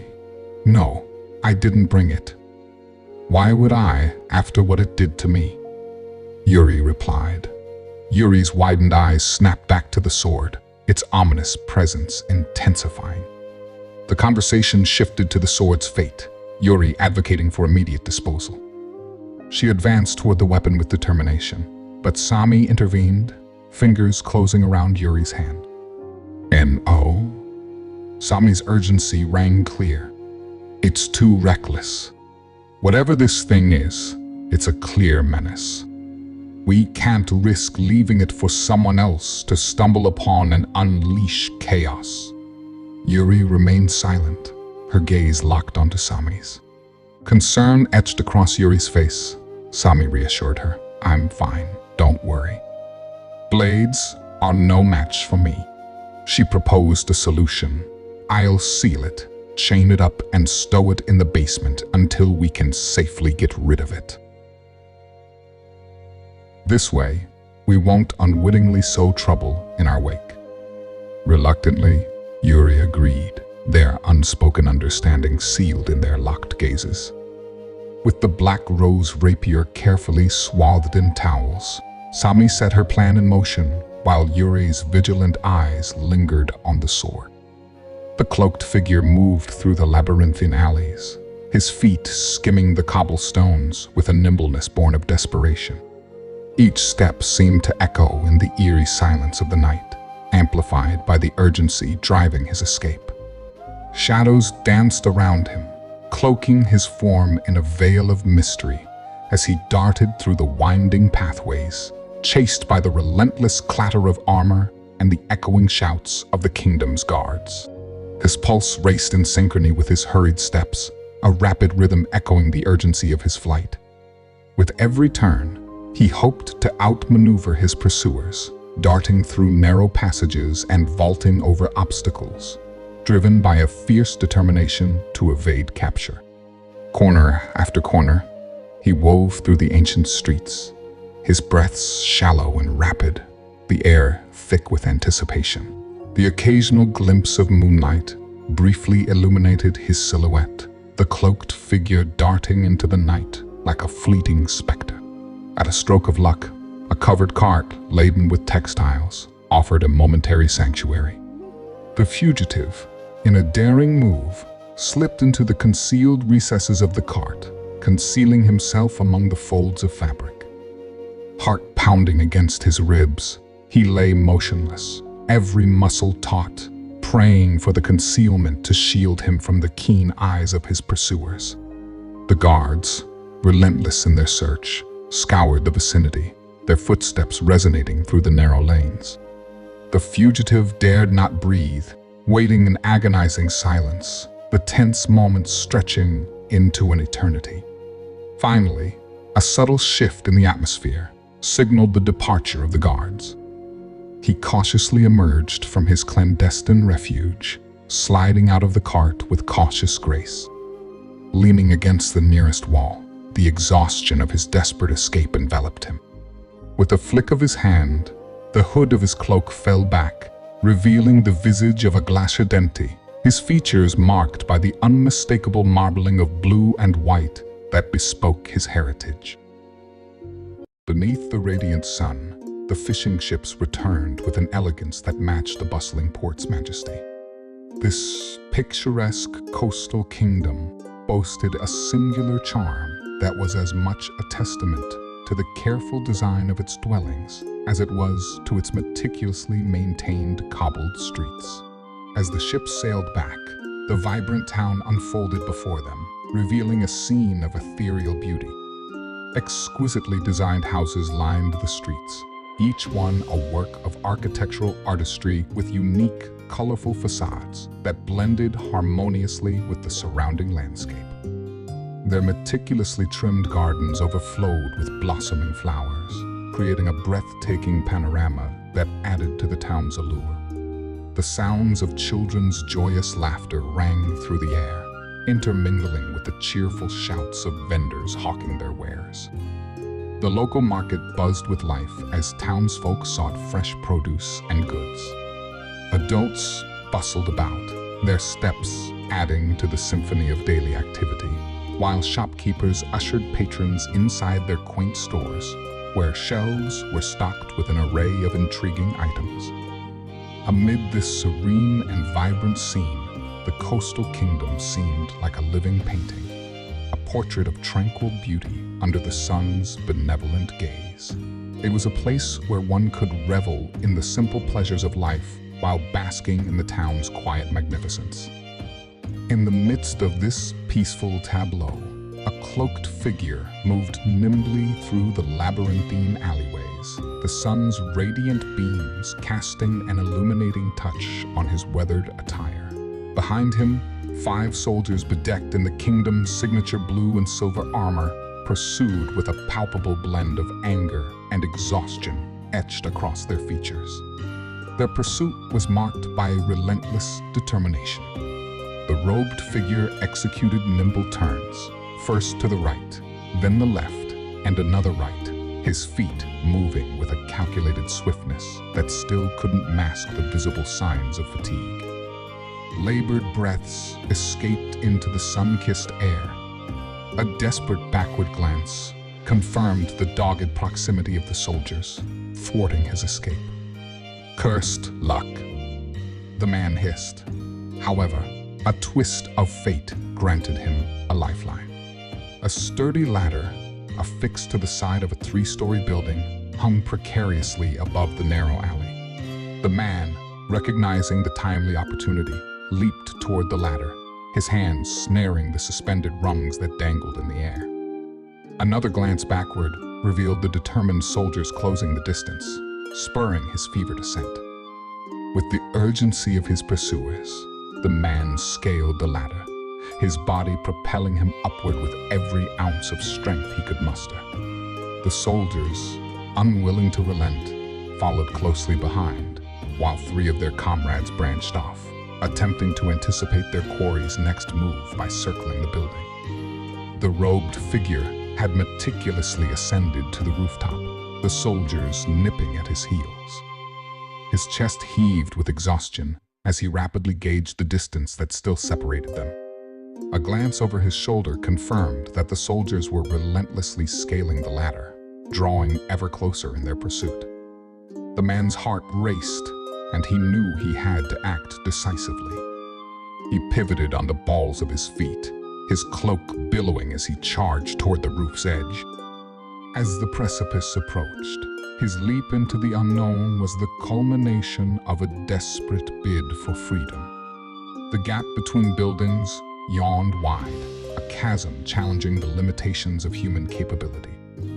However, the robed figure defied this boundary, soaring across the void with an uncanny grace that left the beholder in awe. Upon landing, he executed a roll to absorb the impact, the grace of a gymnast, eluding him but achieving the intended outcome. In the blink of an eye, he was upright once more, scanning his surroundings with the eyes of a predator.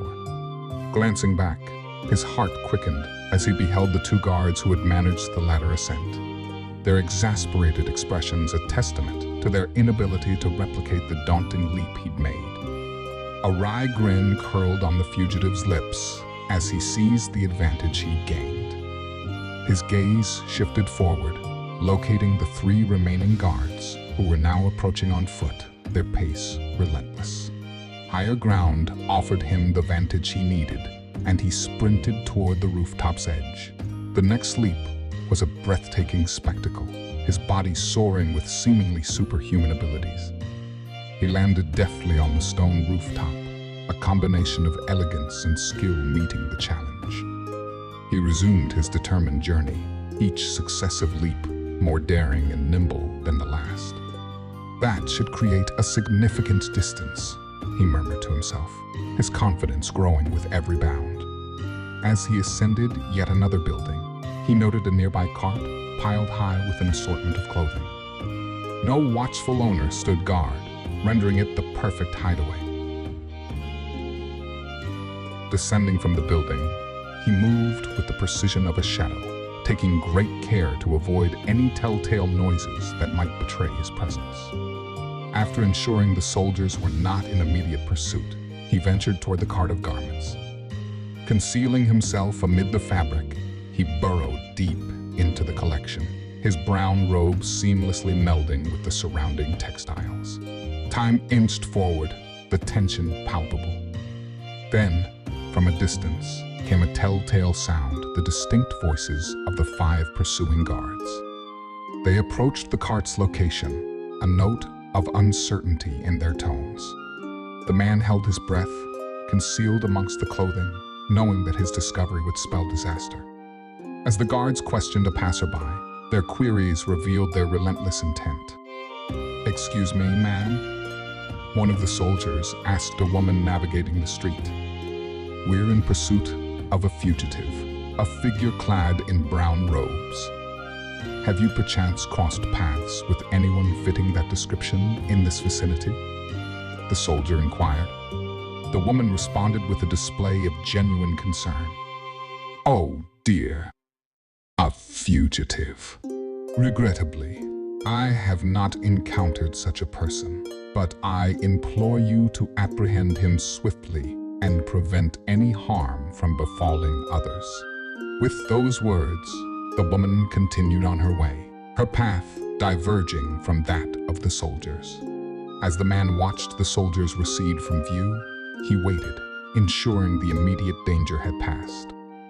Only when he was confident of his security did he venture out from the cart, returning to the alleyway. Concealed behind an assemblage of trash cans, he allowed his body to surrender to gravity, slumping to the ground in a position that offered respite. As he descended, the hood of his robe slipped away, revealing a visage marbled in striking hues of blue and white, an unmistakable glacier dente. Estina's fatigue was a heavy shroud, and hunger gnawed relentlessly at his belly.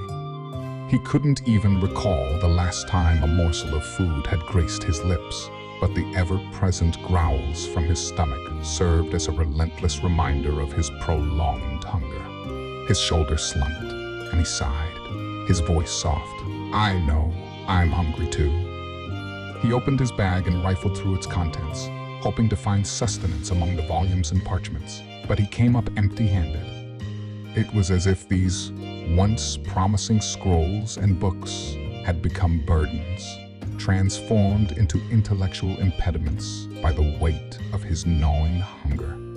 A sardonic grin flirted at the corners of his mouth as he addressed his grumbling stomach. "Looks like the tomes have won the battle, my dear companion." With a weary exhale, Estina released his bag and leaned against the rough, uneven wall of the narrow alleyway. The growling persisted, an audible testament to his physical and mental exhaustion.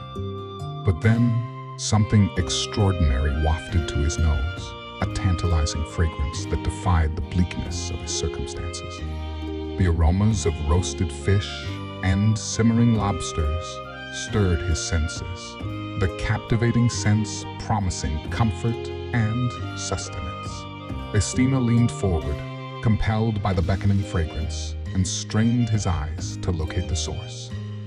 Slowly, he stood up and followed the olfactory trail deeper into the winding alleys.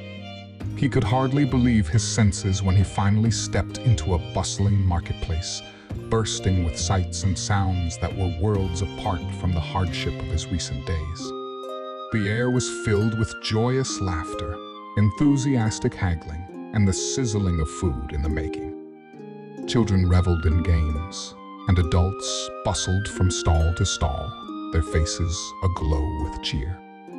As Estina moved toward the alley's exit, cries of fresh fish and half-priced clams reached his ears. Vendors touted their wares, each voice resounding with enthusiasm and energy.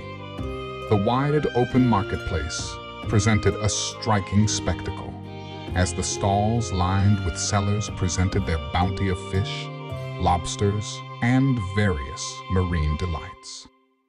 Colors and textures danced before Estina's eyes, a vivid tapestry of sustenance. The ache in his belly intensified as he gazed upon the sumptuous fare before him. Estina adjusted his stance to melt into the crowd, a desire for anonymity urging him forward. Yet, his eyes remained fixated on a particular food stall, the very source of the alluring aroma that had first lured him in. It was an impressive display, presided over by a formidable mountain of a man. The sheer scale of the vendor was enough to make even the most ardent pursuers seem insignificant.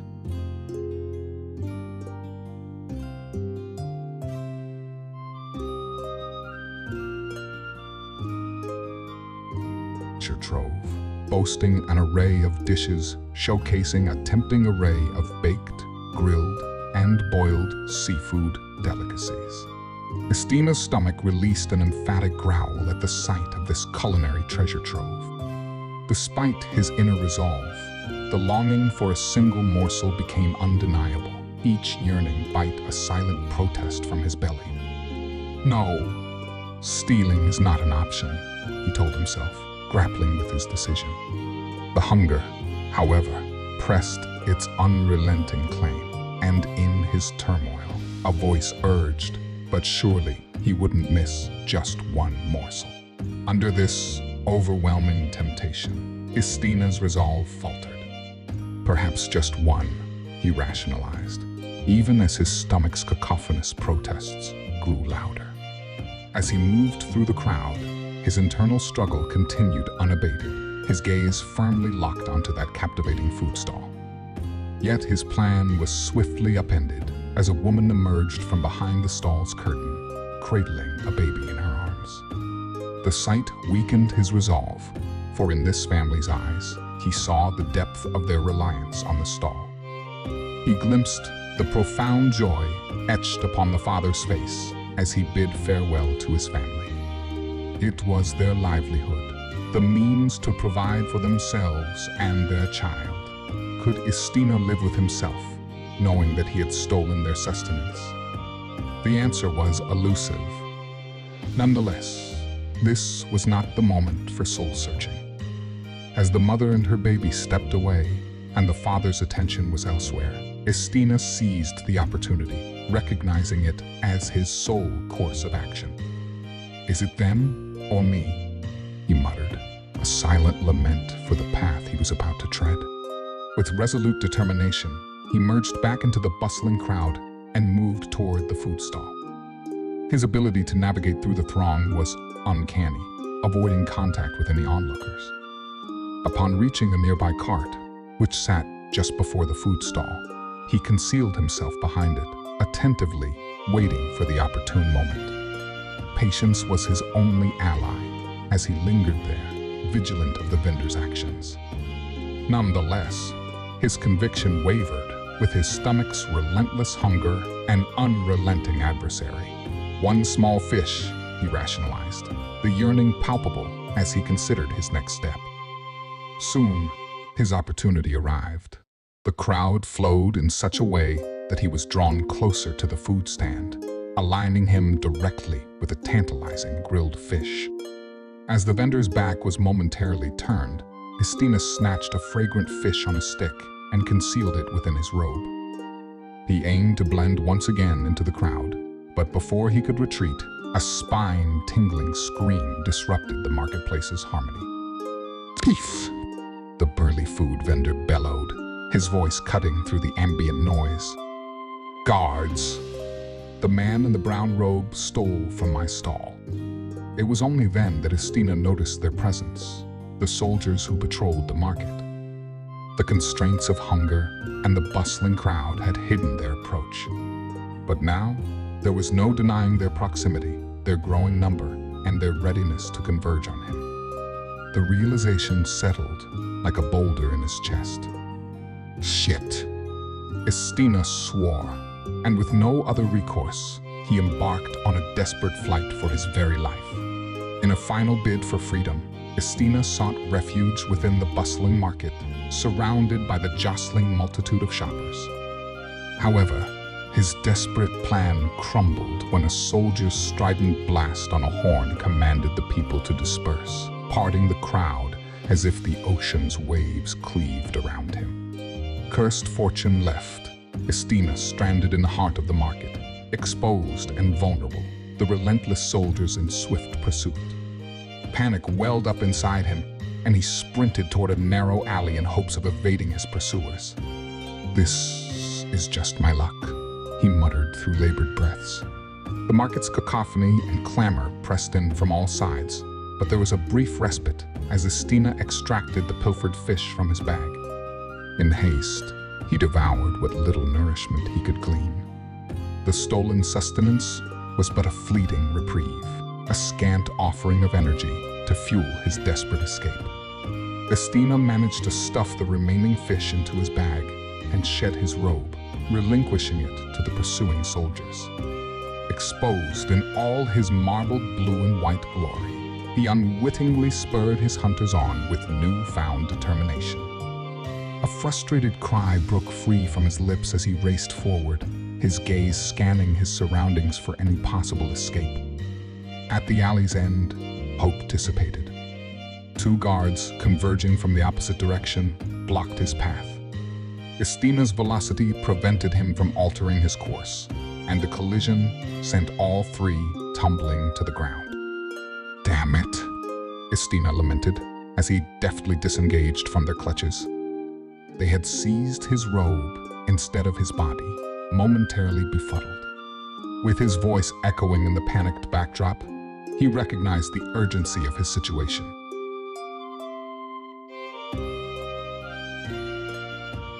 This is not good. His eyes darted about, seeking an escape route, and in the direst moment, an idea ignited the semblance of a hope amidst the tumultuous pursuit. Coming to a sudden halt, he assessed his surroundings, his eyes lighting upon the solution to his predicament. Hastening toward the distinct target, Estina felt the edge of desperation driving him. Bolting into a narrower alleyway, his voice reflecting the anxiety that gripped him, he muttered, "What to do? What to do?" The spark of an idea blazed, offering an unconventional and desperate escape. As he ran, the transformation began. The very ground beneath him turned to treacherous ice with each step he took, converting the path into a slippery, unstable surface for those who gave chase.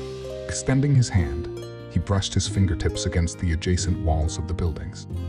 The surfaces where his fingers touched yielded to his cold manipulation, taking shape as towering ice pillars that grew until they met in the middle. Glancing over his shoulder once more, a slight smile tugged at his lips as he observed the outcome of his ingenuity. The pursuing soldiers, now racing on the frosty terrain, were losing their balance, slipping toward the unyielding ice wall formed by his precise touch. "Good, that should buy me some time," Estina muttered, seizing a momentary respite.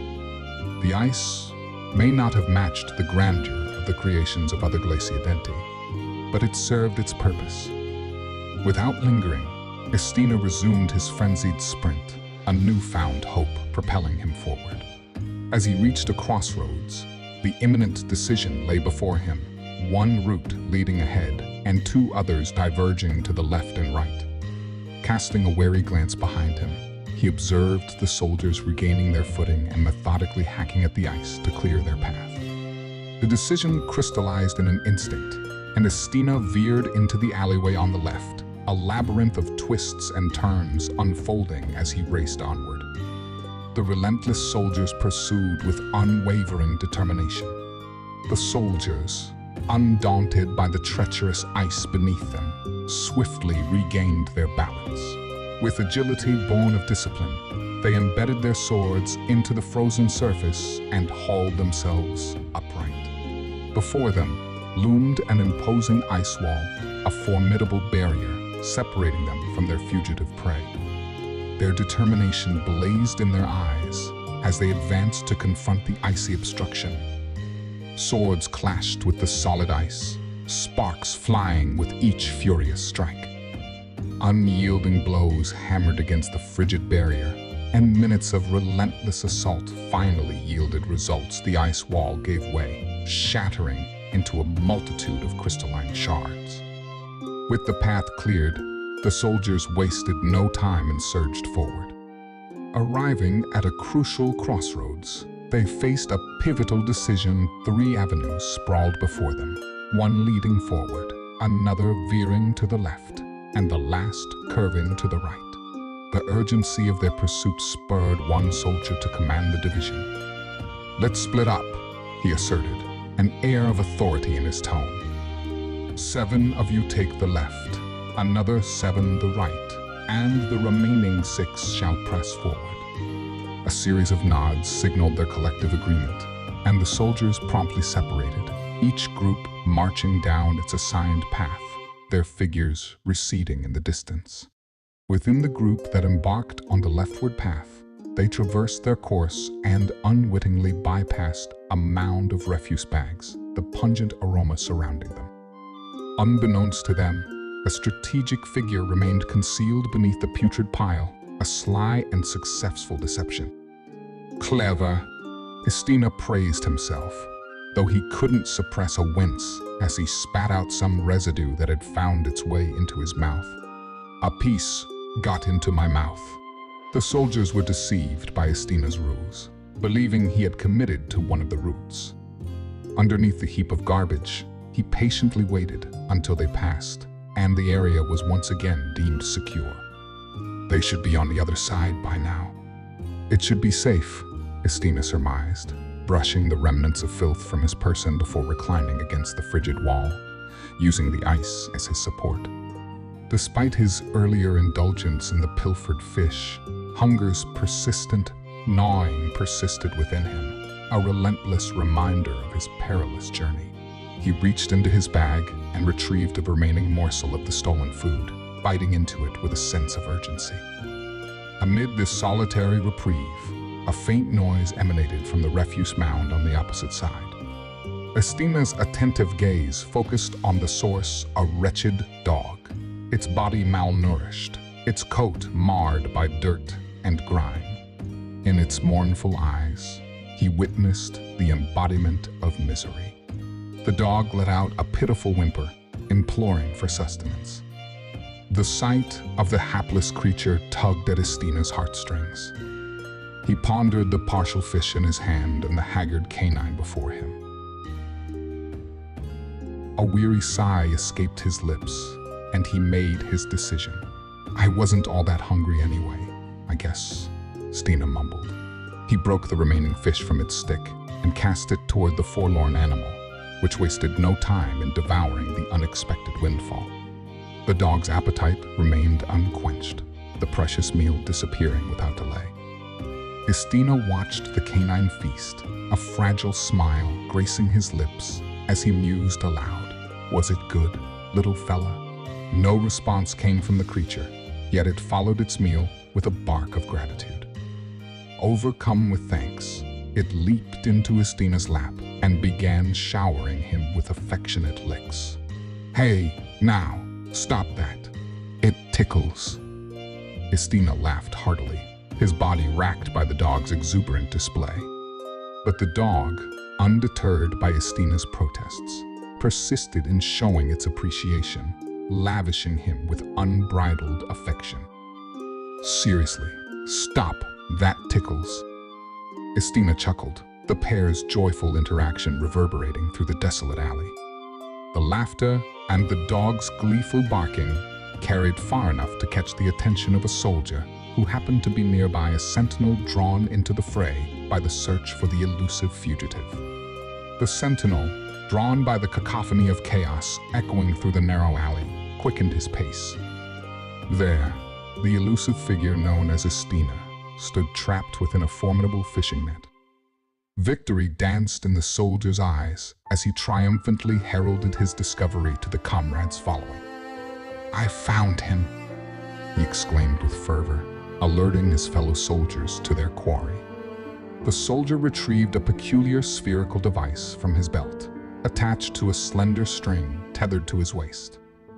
With practiced precision, he flung the object toward Istina. In midair, the sphere unfurled, transforming into a sprawling net of sturdy mesh, ensnaring its prey. Istina found himself ensnared within the tight embrace of the net, its strands coiled and unyielding. "Caught you, outlaw," the soldier declared, brimming with satisfaction. As the other soldiers converged on the scene, their swords unsheathed, one among them, adorned in more ornate armor, bore the demeanor of higher rank. "Exceptional work, soldier," he complimented the captor. In one fluid motion, he pivoted his attention toward Istina, covering the ground between them with unwavering resolve. The intricate fishing net, designed to capture formidable aquatic creatures, proved less effective on the small, agile dog that had accompanied Istina. The diminutive canine nimbly navigated the net's interlacing strands, situating itself as a stalwart guardian, a sentinel between its defenseless companion and the advancing high-ranking soldier. The petite dog responded with an impassioned series of barks, fierce and resolute, a vocal warning to the intruder that to reach Istina, he must first reckon with the formidable resolve of this loyal defender. In return, the soldier knelt, extending his hand gently toward the canine, seemingly attempting to remove the dog from harm's way. Unaware of the soldier's true intentions, the dog countered with a savage bite to the armored hand that reached for it. Though the soldier's armored hand remained unscathed, he retorted with a harsh, forceful kick, propelling the defenseless canine into the nearby wall. Istina, consumed by anguish, erupted with a cry of protest. His once cerulean pupils metamorphosed into a ghastly alabaster white. "You monster," he condemned, the words laced with indignant rage. The soldier, undeterred by the verbal onslaught, maintained his unwavering stance, preparing himself for the imminent retaliation. With a swift, emphatic motion, Istina thrust his left hand into the ground. Like the wrath of a vengeful deity, spikes of ice sprouted from the earth, converging on the unsuspecting soldier. Istina's wrath pulsated through his veins. The soldier cursed as he unsheathed his blade, wielding it with furious dexterity to slice through the incoming ice spikes. He tirelessly protected his fellow soldiers positioned behind him. Yet, Istina's fury remained unrelenting, manifesting in a relentless onslaught of ice spikes aimed at the intruders. However, an unexpected blow to the back of his neck abruptly extinguished his wrath, plunging him into an inky abyss of unconsciousness. Sami stood in the basement, an unusual place to find a treasure trove of artifacts. It was a space maintained with an almost religious dedication to cleanliness, every inch meticulously cared for. But amidst the pristine surroundings, the room was bursting at the seams with the oddities that Sami and Yuri had collected on their adventurous journeys. In one corner, a small statue of a monkey perched, its eyes adorned with glimmering red gems that seemed to follow you with a mysterious allure. In another, the colossal golden ball, a prison for the imprisoned diamond golem, glistened with the promise of untold secrets. Yet, among these treasures, the most prominent was the object of their latest expedition, the strange rose-like swords. They were the kind of blades that could make one's mind wander to the edges of possibility, each petal on the hilt a work of art in itself. Sami had taken one of these swords and placed it inside a reinforced steel safe, a fortress of metal designed to withstand the most determined intruders. With a heavy clang, she locked the safe and proceeded to secure it with an intricate web of chains, each link wrapped around the safe multiple times, ensuring it wouldn't budge. "That should hold it," Sami said to herself, the satisfaction of a job well done evident in her voice, but also a hint of wariness. The potential of the rose-like sword was a mystery that weighed on her mind. She took one last look at the locked safe, the chains encasing it like a protective cocoon. Wiping the sweat from her brow, she ascended the stairs, her steps carrying her back into the house. In the living room, she found the large pile of books that had once dominated the space, now cleared away. Yuri, with her boundless curiosity and intellect, had already completed her part of the task. Now, it was Sami's turn to fulfill her role. The living room, although now bookless, was far from empty. It was still brimming with weapons and armor, Sami's domain. As the expert in all things related to arms and armor, it was her responsibility to organize and catalog these unique pieces. Without hesitation, Sami began the daunting task. She picked up a couple of weapons at a time and transported them to a room upstairs, a chamber that could only be described as an armory. It was a space dedicated to the preservation and study of the many strange and unique weapons, artifacts, and armor that they had acquired on their quests. Sami walked into the armory with her latest haul of weapons, her eyes alighting on the myriad treasures that lined the shelves and walls. The room was a sanctuary of the extraordinary, packed from floor to ceiling with weapons of every conceivable shape and origin. It was a testament to their adventures and discoveries, a visual history of their travels. She placed the newly collected assortment of weapons on a sturdy table located back of the room, their gleaming and ornate forms juxtaposed with the mundane surroundings of the basement. Table bore the scars of countless past examinations, a witness to the ongoing quest for understanding these enigmatic artifacts. Sami didn't pause for long, her duty driving her forward. She retraced her steps to the living room, collecting another pile of weapons and repeating the process until the room was finally cleared of its armory of arms. Having successfully transported the valuable loot to the armory, Sami was now faced with the formidable task of organizing the multitude of weapons and armor that they had accumulated over their adventures. She began by meticulously dividing the collected treasures into two distinct categories. The first pile was composed of ordinary, albeit often exceptional, swords and armor, while the second pile contained the coveted enchanted items. Sami's skilled eye effortlessly picked out the normal swords and armor from the mix. Once the separation was complete, she proceeded to place the regular weapons into a robust wooden barrel positioned in the corner of the room. Next to it, an array of mundane armor pieces were neatly stacked, ready for inspection and categorization. With the ordinary items sorted and stored, Sami's attention turned to the more alluring task at hand. She shifted her focus to the enchanted weapons and armor displayed on a spacious table before her. The items varied not only in design, but also in size and purpose, ranging from delicate enchanted daggers to imposing longswords, with a generous offering of staffs and bows in between. Sami methodically took the daggers from the assortment, each unique blade emitting an aura of enchantment. She began placing them on a specific section of the wall that was designated for enchanted daggers. From the top to the bottom, the daggers were arranged in descending order of size, creating a mesmerizing visual of ethereal craftsmanship. Having organized the enchanted daggers, Sami turned her attention to the short swords.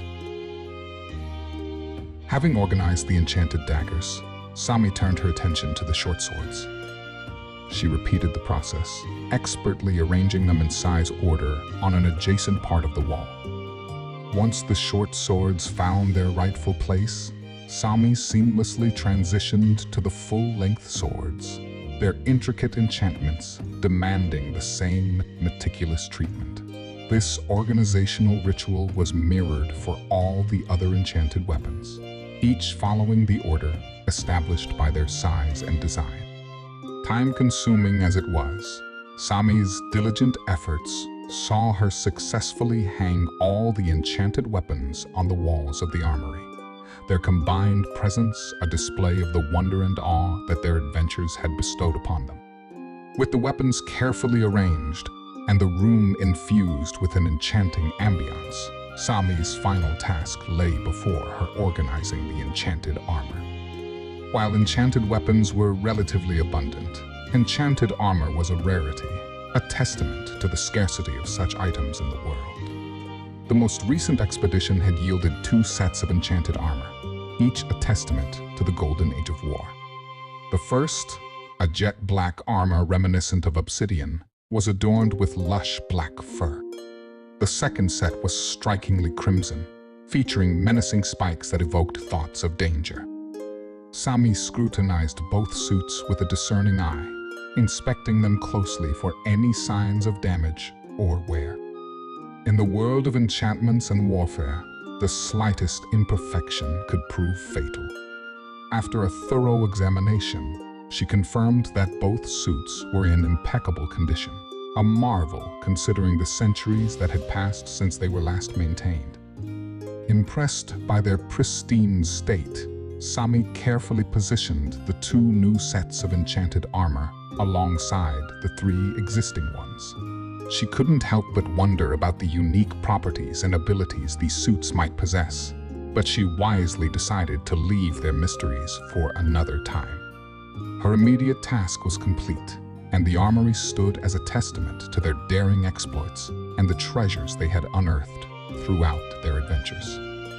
As Sami concluded her meticulous organization of their armory, a sense of accomplishment washed over her. She stretched her lithe body, muscles slightly tense from the exertion, while her mind began to dwell on the recent expedition's losses. Regret flickered in her eyes as she remembered the valuable items they had sacrificed during their encounter with the Golden Golem. Her cherished emerald daggers, a prized suit of armor, and, perhaps most devastatingly, her trusty claymore had been lost in the battle. Replacing these won't be easy, she mused aloud, acknowledging the unique and irreplaceable nature of these items. Her thoughts shifted to the need for suitable replacements before they embarked on their next daring journey. Sami's sharp gaze drifted to the section of the armory dedicated to daggers.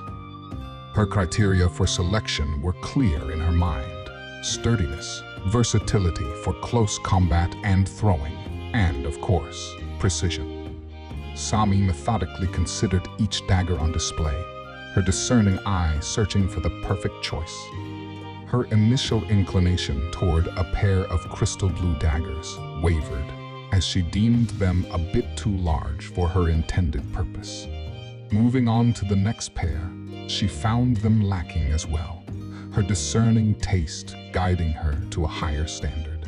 After a thoughtful evaluation, Sami's attention was drawn to a small, unassuming container filled with a unique ink. When she opened the container and extended her hand, the ink leaped forth and transformed into a sleek black dagger.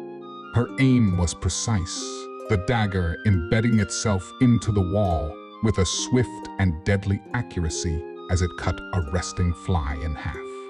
A few moments later, the weapon reverted to ink and returned to its container. Satisfied with her choice, Sami had found a worthy replacement for her emerald daggers. But the matter of her missing claymore remained unresolved, a challenge she was eager to tackle. The claymore had been a sword of exceptional quality, crafted from one of the world's sturdiest materials and adorned with potent enchantments that rendered it swift and nearly indestructible. However, despite their thorough search during their hasty retreat from the collapsing tomb, the weapon remained buried beneath the rubble. Sami's gaze swept over the variety of swords at her disposal.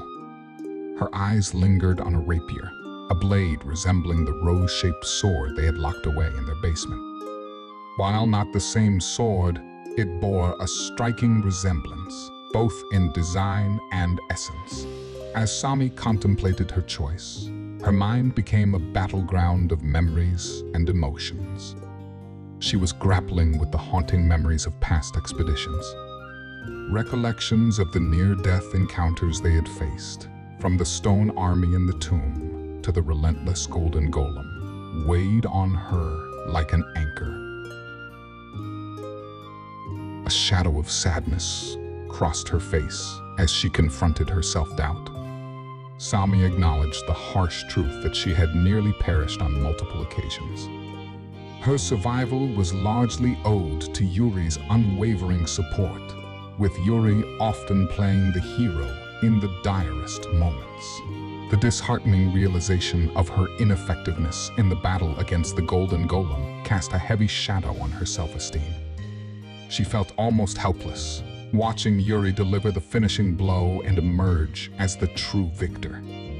Sami's role had largely revolved around slicing the creature's limbs, a feat that proved inconsequential in the face of the golem's rapid regeneration. Her mind wandered back to the mysterious, rose-shaped sword, the enigmatic visions it had revealed, and the unsettling words it had whispered. Prospect of gaining strength was alluring, but it carried an ominous undercurrent. "I could make you strong," it had insinuated. Sami jolted herself from the spiral of introspection. She gently slapped her own cheeks and voiced a firm self-reprimand. "No, you have to focus." With renewed determination, she examined the array of swords once more. The memories of past vulnerabilities urged her to seek a weapon that would ensure history did not repeat itself. She needed something that exuded strength and power, a weapon that would transform her into a formidable force during their future trials and adventures. Sami's quest for a suitable replacement for her lost claymore led her to a delicate yet deadly pink katana, its design paying homage to the delicate cherry blossom petals. Leaving the armory behind, she ventured into the adjacent training room, a spacious area equipped with training equipment and numerous inanimate opponents in the form of training dolls. As she unsheathed the pink katana with grace and finesse, the air around the blade seemed to transform. It was as if the mere act of swinging the sword conjured a swirling storm of pink cherry petals, mirroring the blade's sharpness. These ethereal petals sliced through the air, carrying the edge of the blade's lethal touch. They danced and fluttered through the air, a beautiful yet deadly spectacle. In her practiced hands, Sami executed a masterful strike against one of the training dolls. Her katana cut through the air, each stroke giving rise to a cascade of razor-sharp petals. They scattered in the room, their incredible sharpness slicing through any object in their path. However, despite the sword's undeniable power, Sami's keen judgment brought her to a crucial realization. The unpredictable nature of the cherry petals made it a two-edged sword. While they could obliterate her enemies, they posed an equal threat to herself and anyone nearby. With a sigh, she sheathed the pink katana and returned it to its rightful place on the wall in the armory. "Too dangerous," she muttered, acknowledging the perilous consequences of wielding such a weapon. Back among the arsenal of swords, her eyes fell upon a larger double-edged sword. Its vivid crimson hue and dragon-inspired design resonated with legends of formidable creatures. Intrigued, she decided to give it a try and took it with her into the training room. In the center of the room, Sami gripped the handle with both hands, her anticipation building. The moment she assumed her stance, the sword came to life in a spectacle of flames. Fire ignited from the edges and blazed with increasing intensity. With her grip firm and her resolve unwavering, Sami swung the fiery sword at one of the training dolls. The blade sliced through the target, engulfing it in flames, each severed part burning with an intense and unrelenting fire. However, in the midst of this powerful display, an unexpected outcome unfolded. The flames grew too hot to bear, even for Sami's sturdy hands. A pained exclamation escaped her lips as she dropped the sword to the ground, her palms smarting from the searing heat. "Ouch!" Sami cried out, frantically blowing on her scorched hands to alleviate the burning sensation. This sword, with its capability to generate flames that intensified with time, had certainly demonstrated its might. Yet, it demanded that the user withstand the searing heat and blazing inferno it created. It became apparent that the price of wielding such a weapon was a discomfort Sami was not willing to endure. "Too annoying," she grumbled as she abandoned the fiery sword and returned it to its place. The search for the perfect weapon to replace her claymore continued. With her hands now properly bandaged, Sami returned to the armory, determination burning within her as she continued the arduous task of testing swords, searching for the elusive perfect one. Her standards remained unwavering, seeking the right balance between strength and safety. One by one, she explored numerous potential swords, meticulously evaluating their merits and drawbacks.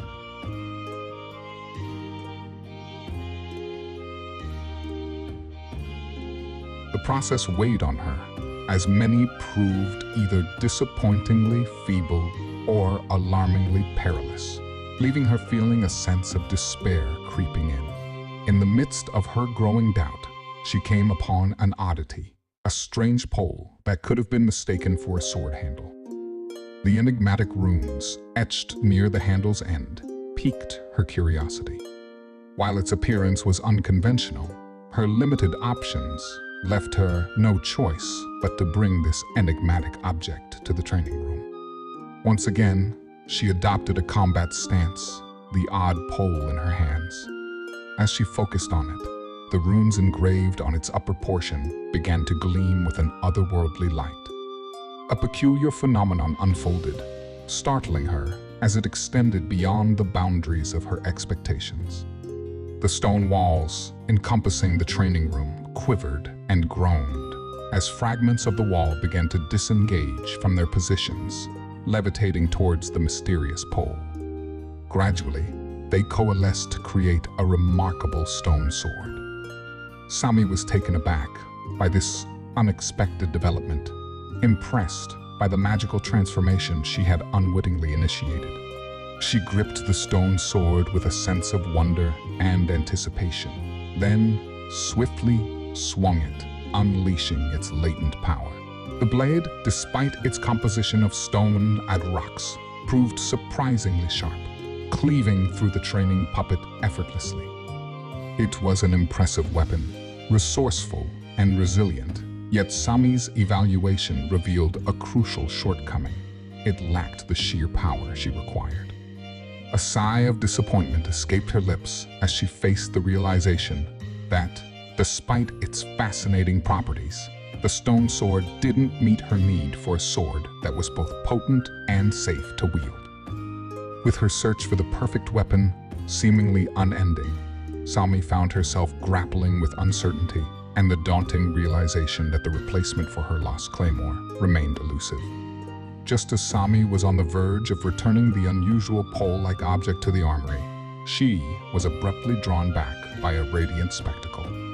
The runes, previously confined to the top half of the pole, but now adorning the entire stone sword, ignited in a spectacular display of luminance.